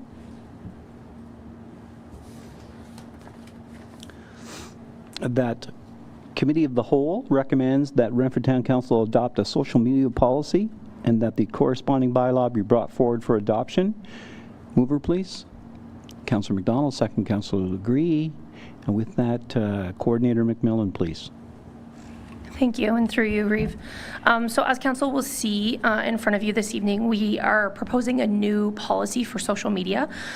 This is a new policy for the town. It has not existed, and in fact, it's a relatively new policy for municipalities across the country and across the province. I believe we are the first ones who would have this in Renfrew County. So really what the policy is looking to do, it's not really changing our day-to-day operations of social media, but more so giving us a bit of a framework for staff and council to follow when using social media, along with the framework for the public to follow when commenting and kind of our expectation and roles around social media for internal and external dialogue. And I think that's about all the high-level highlights for it. The hope is that this also allows us to keep track of some things that we have to keep track for liability, such as MFIPA requests. We do get those from time to time on our social media platforms. So the idea is that from a liability standpoint, we have a bit of a framework in place to be able to capture those and properly store that information. And along with having it available to have good dialogue with our constituents and our local individuals, along with sharing all the information that we need to. So happy to take any questions. And of course, should council have any changes or amendments they would like to see on the policy, we would be happy to take that feedback as well. Thank you. Comments, questions? Councillor McWhirter. You, Reeve. I'm looking at this policy here, and it says town media. I'm not sure my fellow councillors, but I'm not on town media. I'm on my own media. Does this pertain to our own media? These rules and regulations, or are these suggestions for our own social media as well? Because it doesn't really address that here. Clerk Garrett? Through your review, I can patch this back to Coordinator McMullen, but for the most part, town or councillor social media pages are their personal pages and are regulated through council's code of conduct. So despite having your own personal account, you are still bound by the council code of conduct and how you interact with those. With regards to the social media pages, this is town operated, staff directed pages. Supplementary? So if that suggestion or rule is in place for council, that also falls for staff, right? On personal pages. Through Remo, that is correct, yes. And Ms. McMillan? Yes, thank you, Reeve. I'll just add on that there is a section in the policy called Guiding Principles for Employees and Members of Council, where it does elaborate on that a little bit more for both personal uses for individuals that are staff members and council members, and how, you know, that plays into that. Thank you. Any further discussion? All those in favor? Opposed? None. It's carried. Thank you, Council. We'll move to item E71, Office of the CAO. That Committee of the Whole receives the AMCTO Conference Overview, CAO report as information. Mover, please. Councillor McWhirter, second Councillor Legree, and CAO Raybone, please. Thank you, Reeve. So you have heard with the town clerk some of the information already about AMCTO as an organization as well as their conference. One thing that hadn't previously been mentioned that might be of interest is that AMCTO has been hosting these conferences for all of these employees in municipalities across Ontario for over 80 years. This was their 87th conference, and it's always moved around throughout the province. This year's focus and theme was building bridges and sparking change.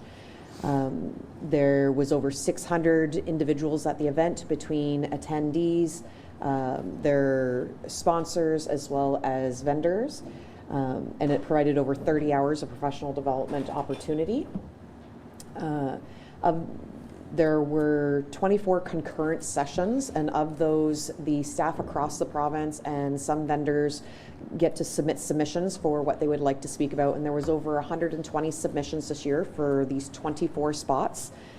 They must all fall within one of the 4 categories, being building leaders, building teams, building commerce, and building procedures. I did have the honor and opportunity to be one of the speakers this year, discussing my experiences and lessons learned through managing double-digit property tax increases, as I have gone through that a couple of times between here and my previous location.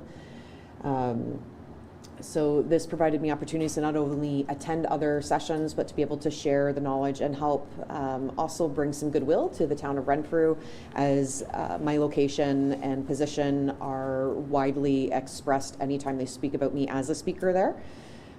These were 3 filled days of conference sessions, all starting at 8 a.m. sessions, going right through until 4:15 every single day. With sessions even running during meal times. I attended several sessions, and they just opened up today the additional, what they call the Conference Virtual Lite add-on, which allows you to have access to all of the recorded sessions, including the keynote speakers and closing speakers it's approximately 3 to 4 months. It just opened up today, and so I have a list of several other sessions that I will be watching that I was not able to watch and be in attendance live, as you can only attend 1 session per hour time slot. This has been a great conference, as it's been in other years. I have several items that I have taken back, items that I want to start looking at implementing here, looking into potential opportunities of maybe working with our local schools, including the high schools, of seeing how we can get maybe younger generation involved in municipal government as well. And as with the town clerk, I do also express my appreciation for being able to represent the town as a speaker, and also to attend and be able to progress and learn more to improve my own work for the community here. Thank you. Any questions, comments? Okay, seeing none. All those in favor? Opposed? None. It's carried. Thank you. And the next is that Committee of the Whole directs staff to prepare a business case study as required in legislation for the potential establishment of a corporation to manage the fully tenanted facilities of the town, and further to direct staff to prepare public consultation options for council's consideration. Mover, Councillor McDonald. Second, Councillor Andrew Dick. And CEO Ray Bone. Hi, thank you, Reeve. So research into government business enterprises was an item identified in our corporate work plan for 2025, specifically looking at our facilities that are tenanted. So you will see a lot of technical based information, and I'm going to try to summarize it in the most simplistic terms as I can. This is something that is permitted by the province, that if we have services of any type or operations that we have, we can choose to create a corporation to manage those on our behalf, so long as their main revenue source is being funded from non-town based sources. So in this case, we cannot be providing the revenue for that corporation to be able to proceed in order for it to be considered a government business enterprise. Our tenanted facilities, we have 4 main ones. 2 of them are fully tenanted and are the best candidates for a government business enterprise corporation. The other 2, there's a lot more difficulty and potential legal considerations that would need to be reviewed with current existing contracts over naming and stuff like that, that we would need to consider before we would want to move over any facilities that are only partially tenanted. And so I am recommending that if we wish to proceed, that we proceed with just the fully tenanted ones. By doing this, it does remove the assets, debt, revenue, and expenses entirely out of the town's financial statements and puts it into their own. In place, we would be seeing a net revenue source of whatever the dividend would be for the year. So we see the same concept with the hydro generation and hydro distribution that Renfrew has in town here. Those 2 corporations are a government business enterprise, so they would operate concept-wise in the same way. We would get an annual amount for dividends, so we would still be able to have money coming towards our budget, but would be able to remove any potential needs of debt. Their debt would not count towards our restriction for annual debt repayments.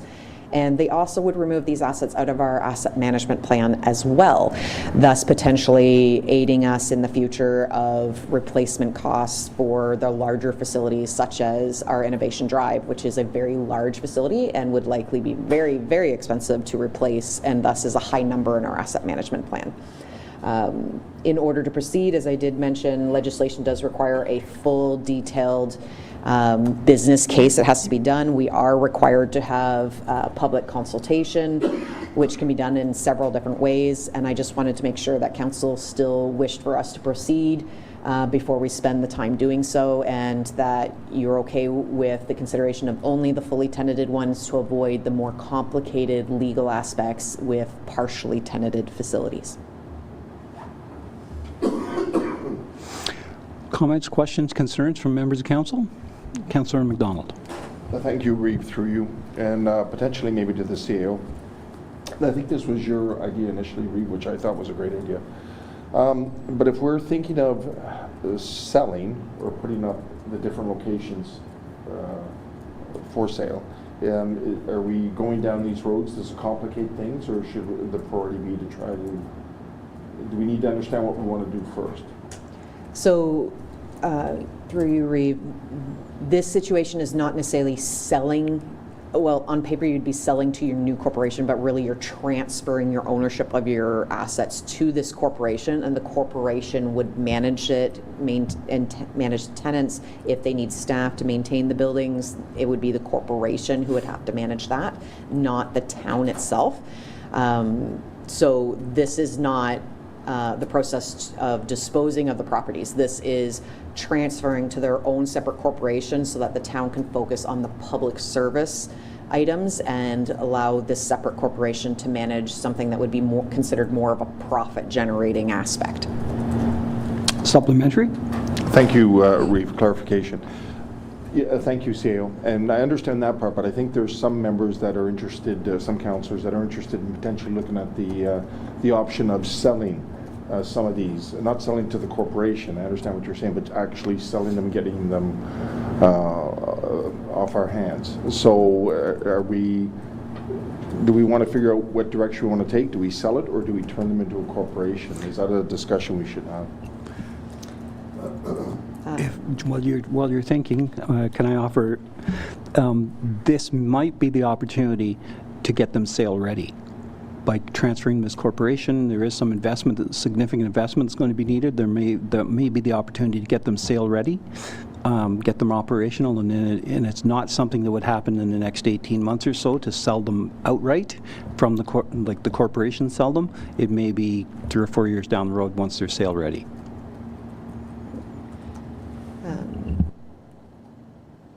So through you, Reeve,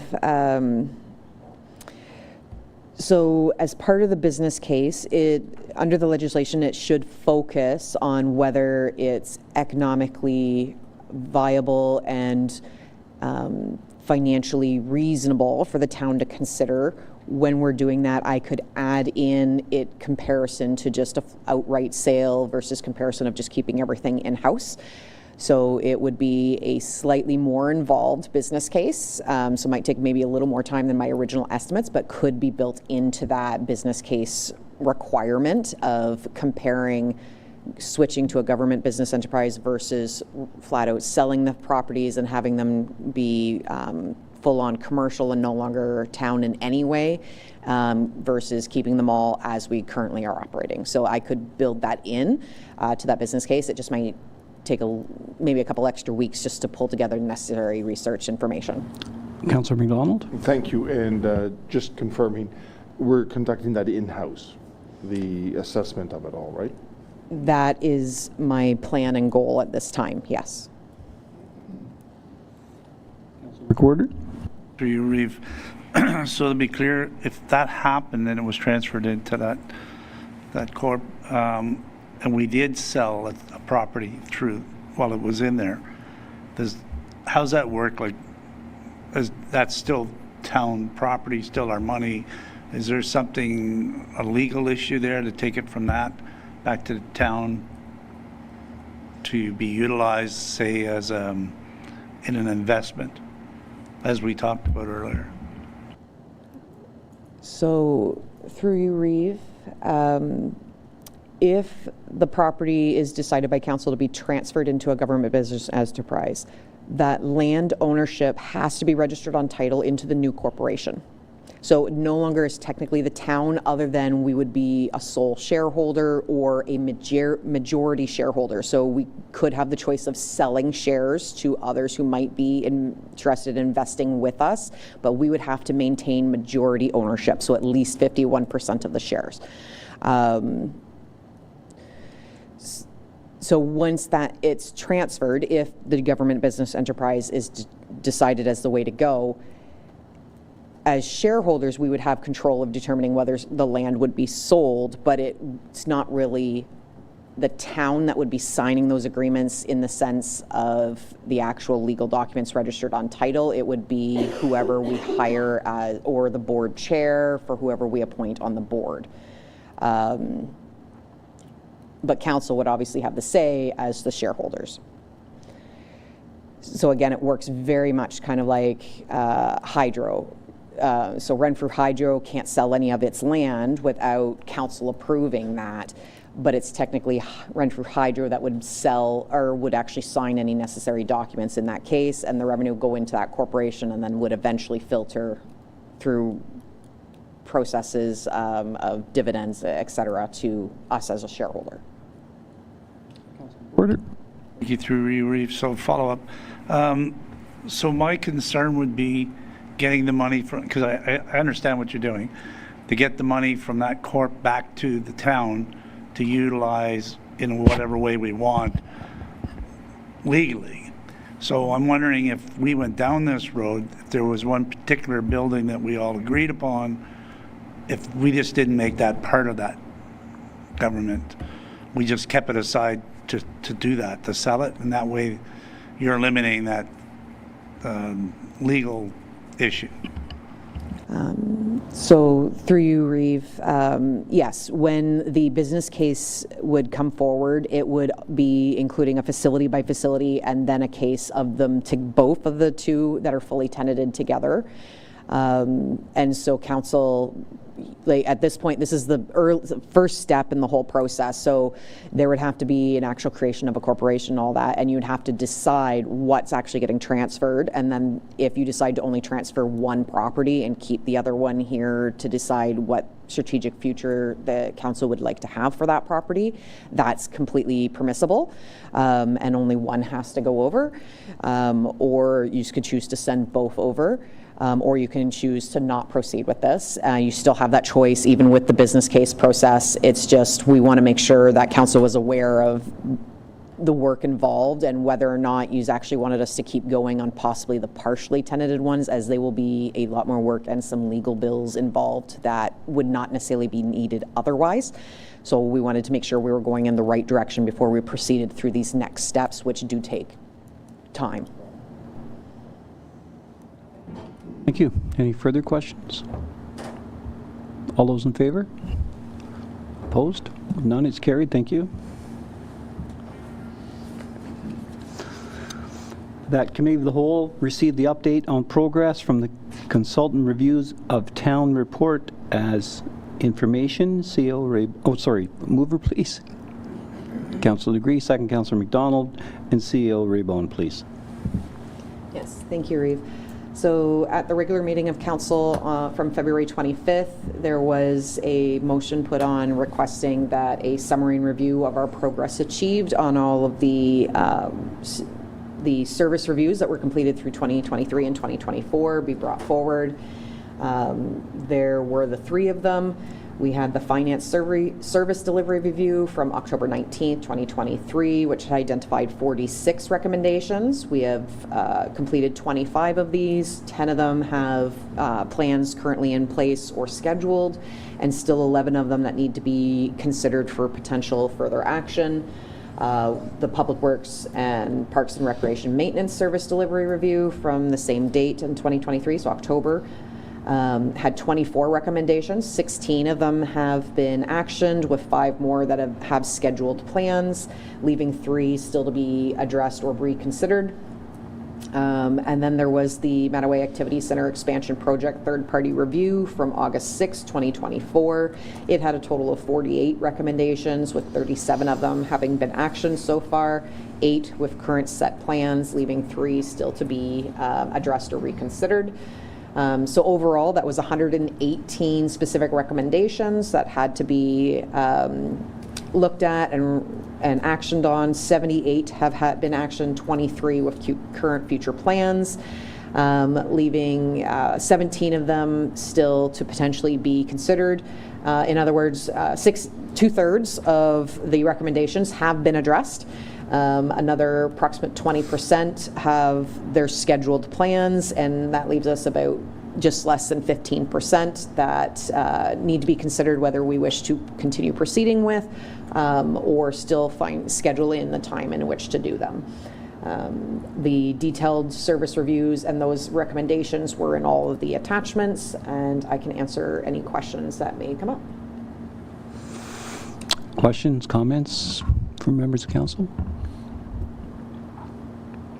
Okay, seeing none. All in favor? Opposed? None. It's carried. Thank you.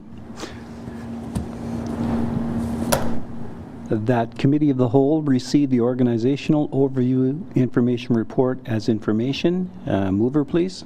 Councillor McDonald, second Councillor McWhirter. And CEO Raybone, please.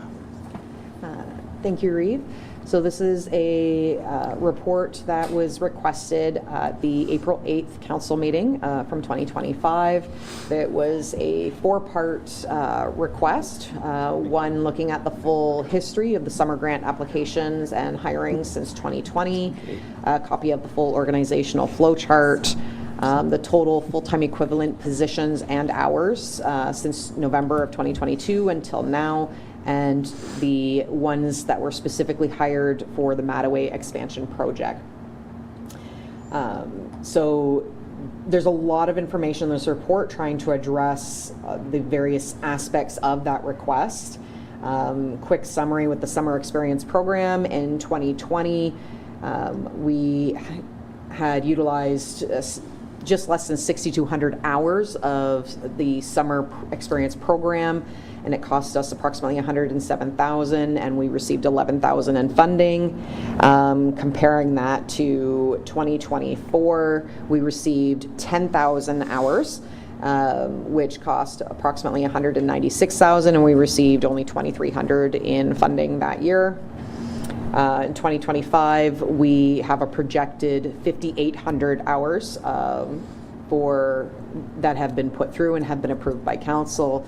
And obviously, with the timing and not yet through our summer program, I do not know what the total completed cost will be at this time. The organizational flowchart has been attached, and there will be an additional summary piece that will be following to council with the names of the individuals in each of the positions, as had been previously requested. And then the full-time equivalents. It is a little complicated to try to compare the department's amounts on a department basis year over year when there's been several organizational changes that have happened between 2022 and 2024. So sometimes it's easier to look at the overall number, but I did put it in by department and tried to make explanations of the significant changes that occurred. And so you will see those spread out across pages 5 through 7. Overall, in 2022, there was 60.55 full-time equivalent positions here. And in 2024, that was up to 77.04 and then back down to 75.44 for 2025. Some of the biggest changes over that is we have brought bylaw enforcement in-house. We've expanded our recreation program. That added some additional positions. From our service delivery review, we identified certain adjustments that needed to happen, increase to the finance department for better oversight, and additional staff for the increased services in recreation. We also brought on the museum operations, which we never had staff in 2022 for those positions. So there's a lot of things that kind of need to be considered when you're trying to compare the 2 years, just due to the nature of the number of organizational adjustments that you have had.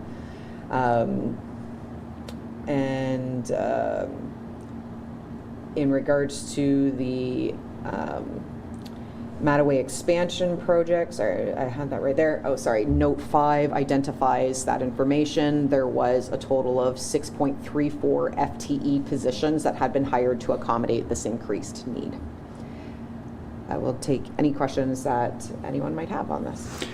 Councillor McDonald, please. Thank you, Reeve, through you. And I don't know if it's a question, but just some comments. And I want to talk about the summer grant program because ultimately it affects the levy. And I describe it as a bit of a mission creep. We go from 2020, so in the span of 4 years, we've increased the hours. The total cost almost doubled, not quite. And the funding went from 11,000 initially down to about 2,300. So it's important to realize, I think, in terms of as we make decisions, especially going to the 2026 budget, we have to take that consideration in terms of the effect on the levy. In terms of the full-time, page 5, full-time and the Mattaway expansion, thank you for singling that out. That's 6.3 full-time equivalent for Mattaway itself. in terms of that. The reason I asked for the 2022 comparison to where we are now is when we came on, and I'll deal with the library and the recreational services, you had noted that the staff full-time equivalent is 17.7, and we went to a high in 2025 of almost 29, so that's an additional 11.3. And with regard to the town hall in total, and I think I'm right on this one, in 2022 when we first come on, in terms of council, we're at 60.5, and in 2024 we had a high of 77, so an increase of 16.5 full-time equivalent. I just think that's important for the public to be aware. That's all. Thank you. And as we noted in the previous report, some of that, by implementing some of the recommendations from all of the all of the reports, they indicated some of the things that we needed, so we were kind of driven by the recommendations. Thank you. Any other further questions, comments? Okay, seeing none. All those in favor? Opposed? None is carried. Thank you. Thank you, CAO. That the Committee of the Whole receive the, that Renfrew Town Council rise from the Committee of the Whole. Mover, please. Councillor Andrew Dick, Councillor McWhirter. Discussion. All those in favor? Opposed? None is carried. Thank you. And just the County of Renfrew summary. On the second page, PRH, co-chair of the Ottawa Valley Ontario Health Team, provided an update on primary care. The important thing to note was the Champlain and Family Health Team and the Petawawa Centennial Health Team are working together with our VTAC system, and they're seeking to attach 18,000 patients to primary care providers by March of 2027. So that's using a lot of virtual tools. So that's quite a. It's going to take dig a deep hole, or take a deep. It'll take a bunch of people out of the that are presently without doctors. And there we go. Of course, the little update screen come up and block everything. Next, when you go down to that, on May 28th, the 3 German paramedics were in town, and they were of interest. They were from Regensburg, and I was in Regensburg and stopped and talked to the paramedics in Regensburg at the same time. I just happened to be there. I saw the social media post and went and found some paramedics to chat with. So it just one of those happy coincidences. As I suggested to the German Corps, they got the worst of the deal. Next, the Cell Gap project to Renfrew County is supposed to be 47 new builds.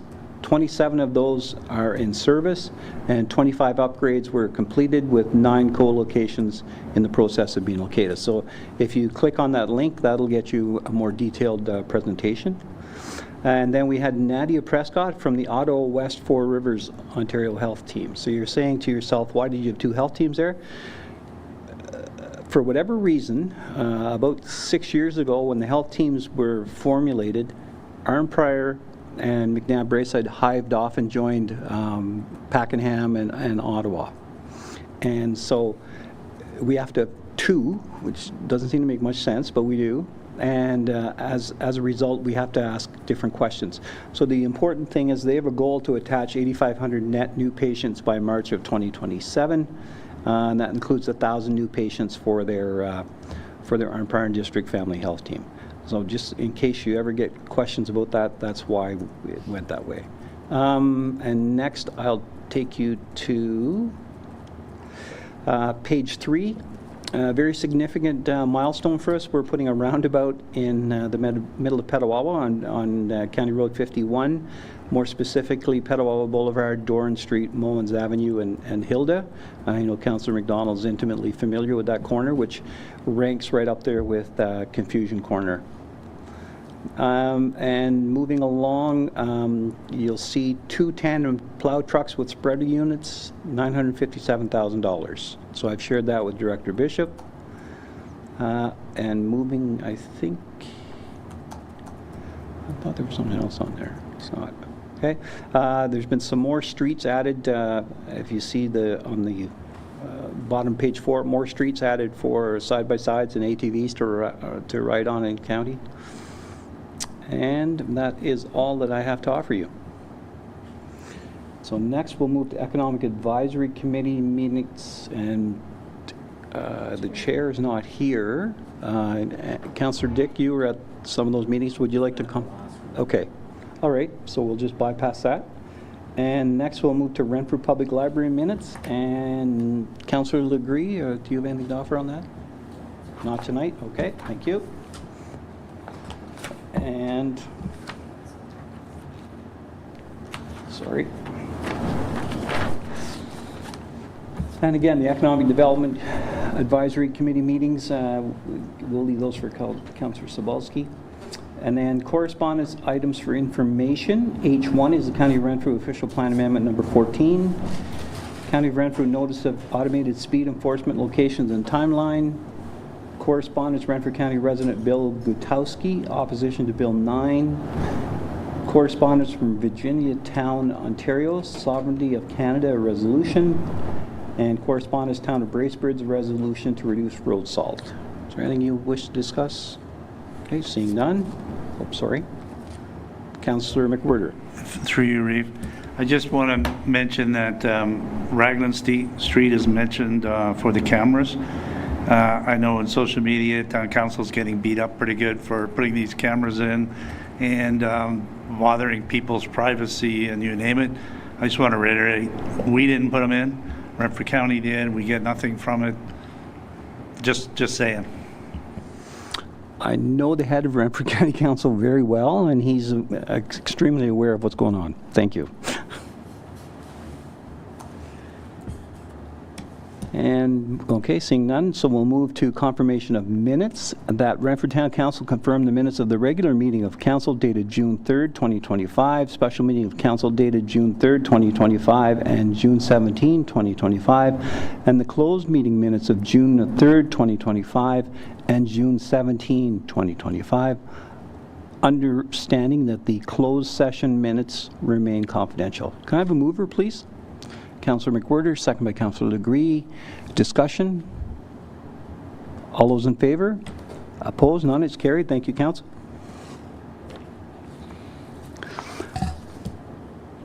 So, business arising from the Committee of the Whole. And if there's a need to separate these after I've, Councillor McWhirter. If I may, Reeve, I just noticed matters arising from committee. I'm going to declare a conflict since I chair the Recreation Fundraising Committee. Okay, thank you. I don't think it's a conflict since you guys are getting money from us.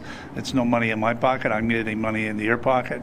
I know I was told by the integrity I was okay to go, but I think I'll just bow out for just to be on the safe side. Okay, thank you.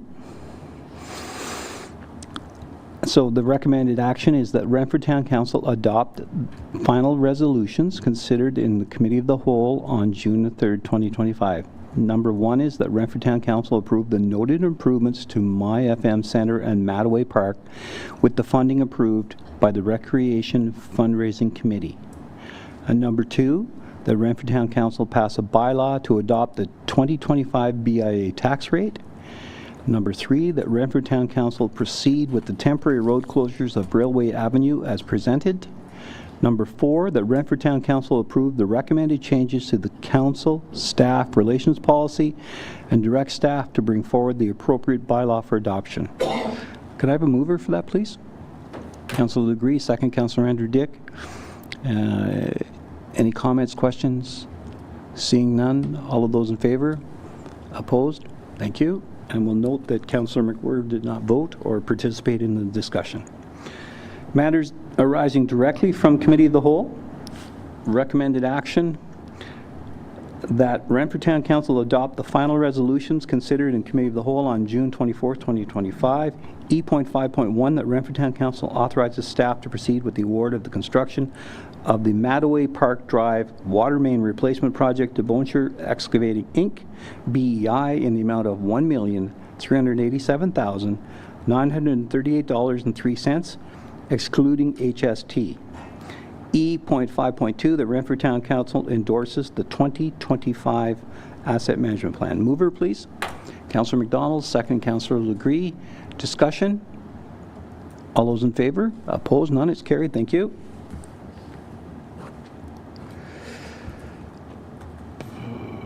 Okay, that the bylaws listed on the agenda of June 24, 2025 being first read, second and third time and passed. Bylaw 56-2025, adopt the council staff relations policy. Bylaw 57-2025, downtown Renfrew business improvement BIA tax levy. Can I have a mover, please? Councillor Legree, second Councillor McWhirter. Discussion? All those in favor? Opposed? None. It's carried. Thank you. And motions of which notice have previously been given. Sorry, just take a second here. Okay. Councillor Andrew Dick, please. Recommendation is the motion that Renfrew Town Council approve the proposed concept for the Downtown Renfrew BIA Awareness and Attraction Boards and direct staff to assess the viability of the proposed sign locations and report back to council with recommendations regarding the installation and any legal requirements that may be necessary. Mover would be Councillor Andrew Dick. Seconder would be Councillor McDonald. Discussion? All those in favor? Opposed? None. It's carried. Thank you. That Renfrew Town Council direct staff to review the request for reimbursement of Mr. Jack, and I apologize if I mess up his name, Jack Grunwald, water bill minus his regular payment amount, and report back to council with details regarding the proposed reimbursement, including any required bylaw amendments or exemptions necessary to facilitate such reimbursement. And further, that no final decision on the matter be made until such report has been received and considered by council. Councillor Andrew Dick, you're making that motion? Thank you. Seconder? Councillor McDonald. And discussion. Okay, all in favor? Opposed? None. It's carried. Thank you, council. That Renfrew Town Council directs staff to investigate the concerns raised regarding the property at 356 Hague Avenue, and that staff include in their report to council the relevant correspondence between staff and the delegate, along with their findings and any recommended actions. Councillor Andrew Dick, you're moving that? Yes, please. Thank you. And seconder, Councillor McDonald. And discussion. Okay, all those in favor? Opposed? None. It's carried. Thank you. That Renfrew Town Council directs staff to explore the feasibility of reopening the McGrimmon Holdings Fitness Center at the MyFM Center to its original hours of operation from 6 a.m. to 10 p.m. effective immediately, subject to any operational liability or health and safety concerns. And further, staff are requested to report back to council at the next regular meeting of council on July 8th, 2025, with any concerns or limitations that may impact implementation. Mover would be Councillor McDonald. Thank you. Seconder, Councillor McWhirter. Councillor McDonald. Thank you, Reeve. Through you, just a comment. The McGrimmon Holding Fitness Center operates using an individual fob access system for the registered paying clients. Staff previously advised that the reduction in operating hours was due to cleaning requirements. However, this approach doesn't seem to be necessary any longer. In line with current industry standards, cleaning can be performed during regular working hours without closing the facility or unnecessarily limiting member access. Thank you. Thank you. Any further discussion? All those in favor? Opposed? None. It's carried. Thank you. Notice of motion. Councillor Andrew Dick, please. Thank you, Revimo. I'd like to put a notice of motion forward that the town does not explore the town. How can I say this? To sell One Innovation Drive. So can I suggest the town investigate the potential sale of One Innovation Drive, or are you saying you want it done? I personally wouldn't want an investigation. I want to sell it. Okay. All right, well, we'll leave it as that then, a direct And we'll see what happens. Okay. Yeah, because we're not allowed to talk about it. No, I was just trying to clarify. Yep. My mistake. Thank you. Okay, thank you. And next, as we have no closed session. Oh, I'm sorry, is there any other notices? No, seeing none, okay. And next, no closed sessions, thankfully. Confirmatory bylaw, that Renfrew Town Council adopt the confirmatory bylaw 58-2025, and that it be read a first, second, and third time and finally passed. Mover, please. Councillor McWhirter, second, Councillor McDonald. Discussion. All those in favor? Opposed? No. None. Thank you. Upcoming meetings of council and committee. Regular council meeting, July 8, 2025 at 5:30. Economic Development Advisory Committee, August 12, 2025 at 10 a.m. With that, we are now adjourned at 9:35. So thank you very much, council and staff, for your patience. Long meeting. And thank you, staff, for the excellent reports and answers.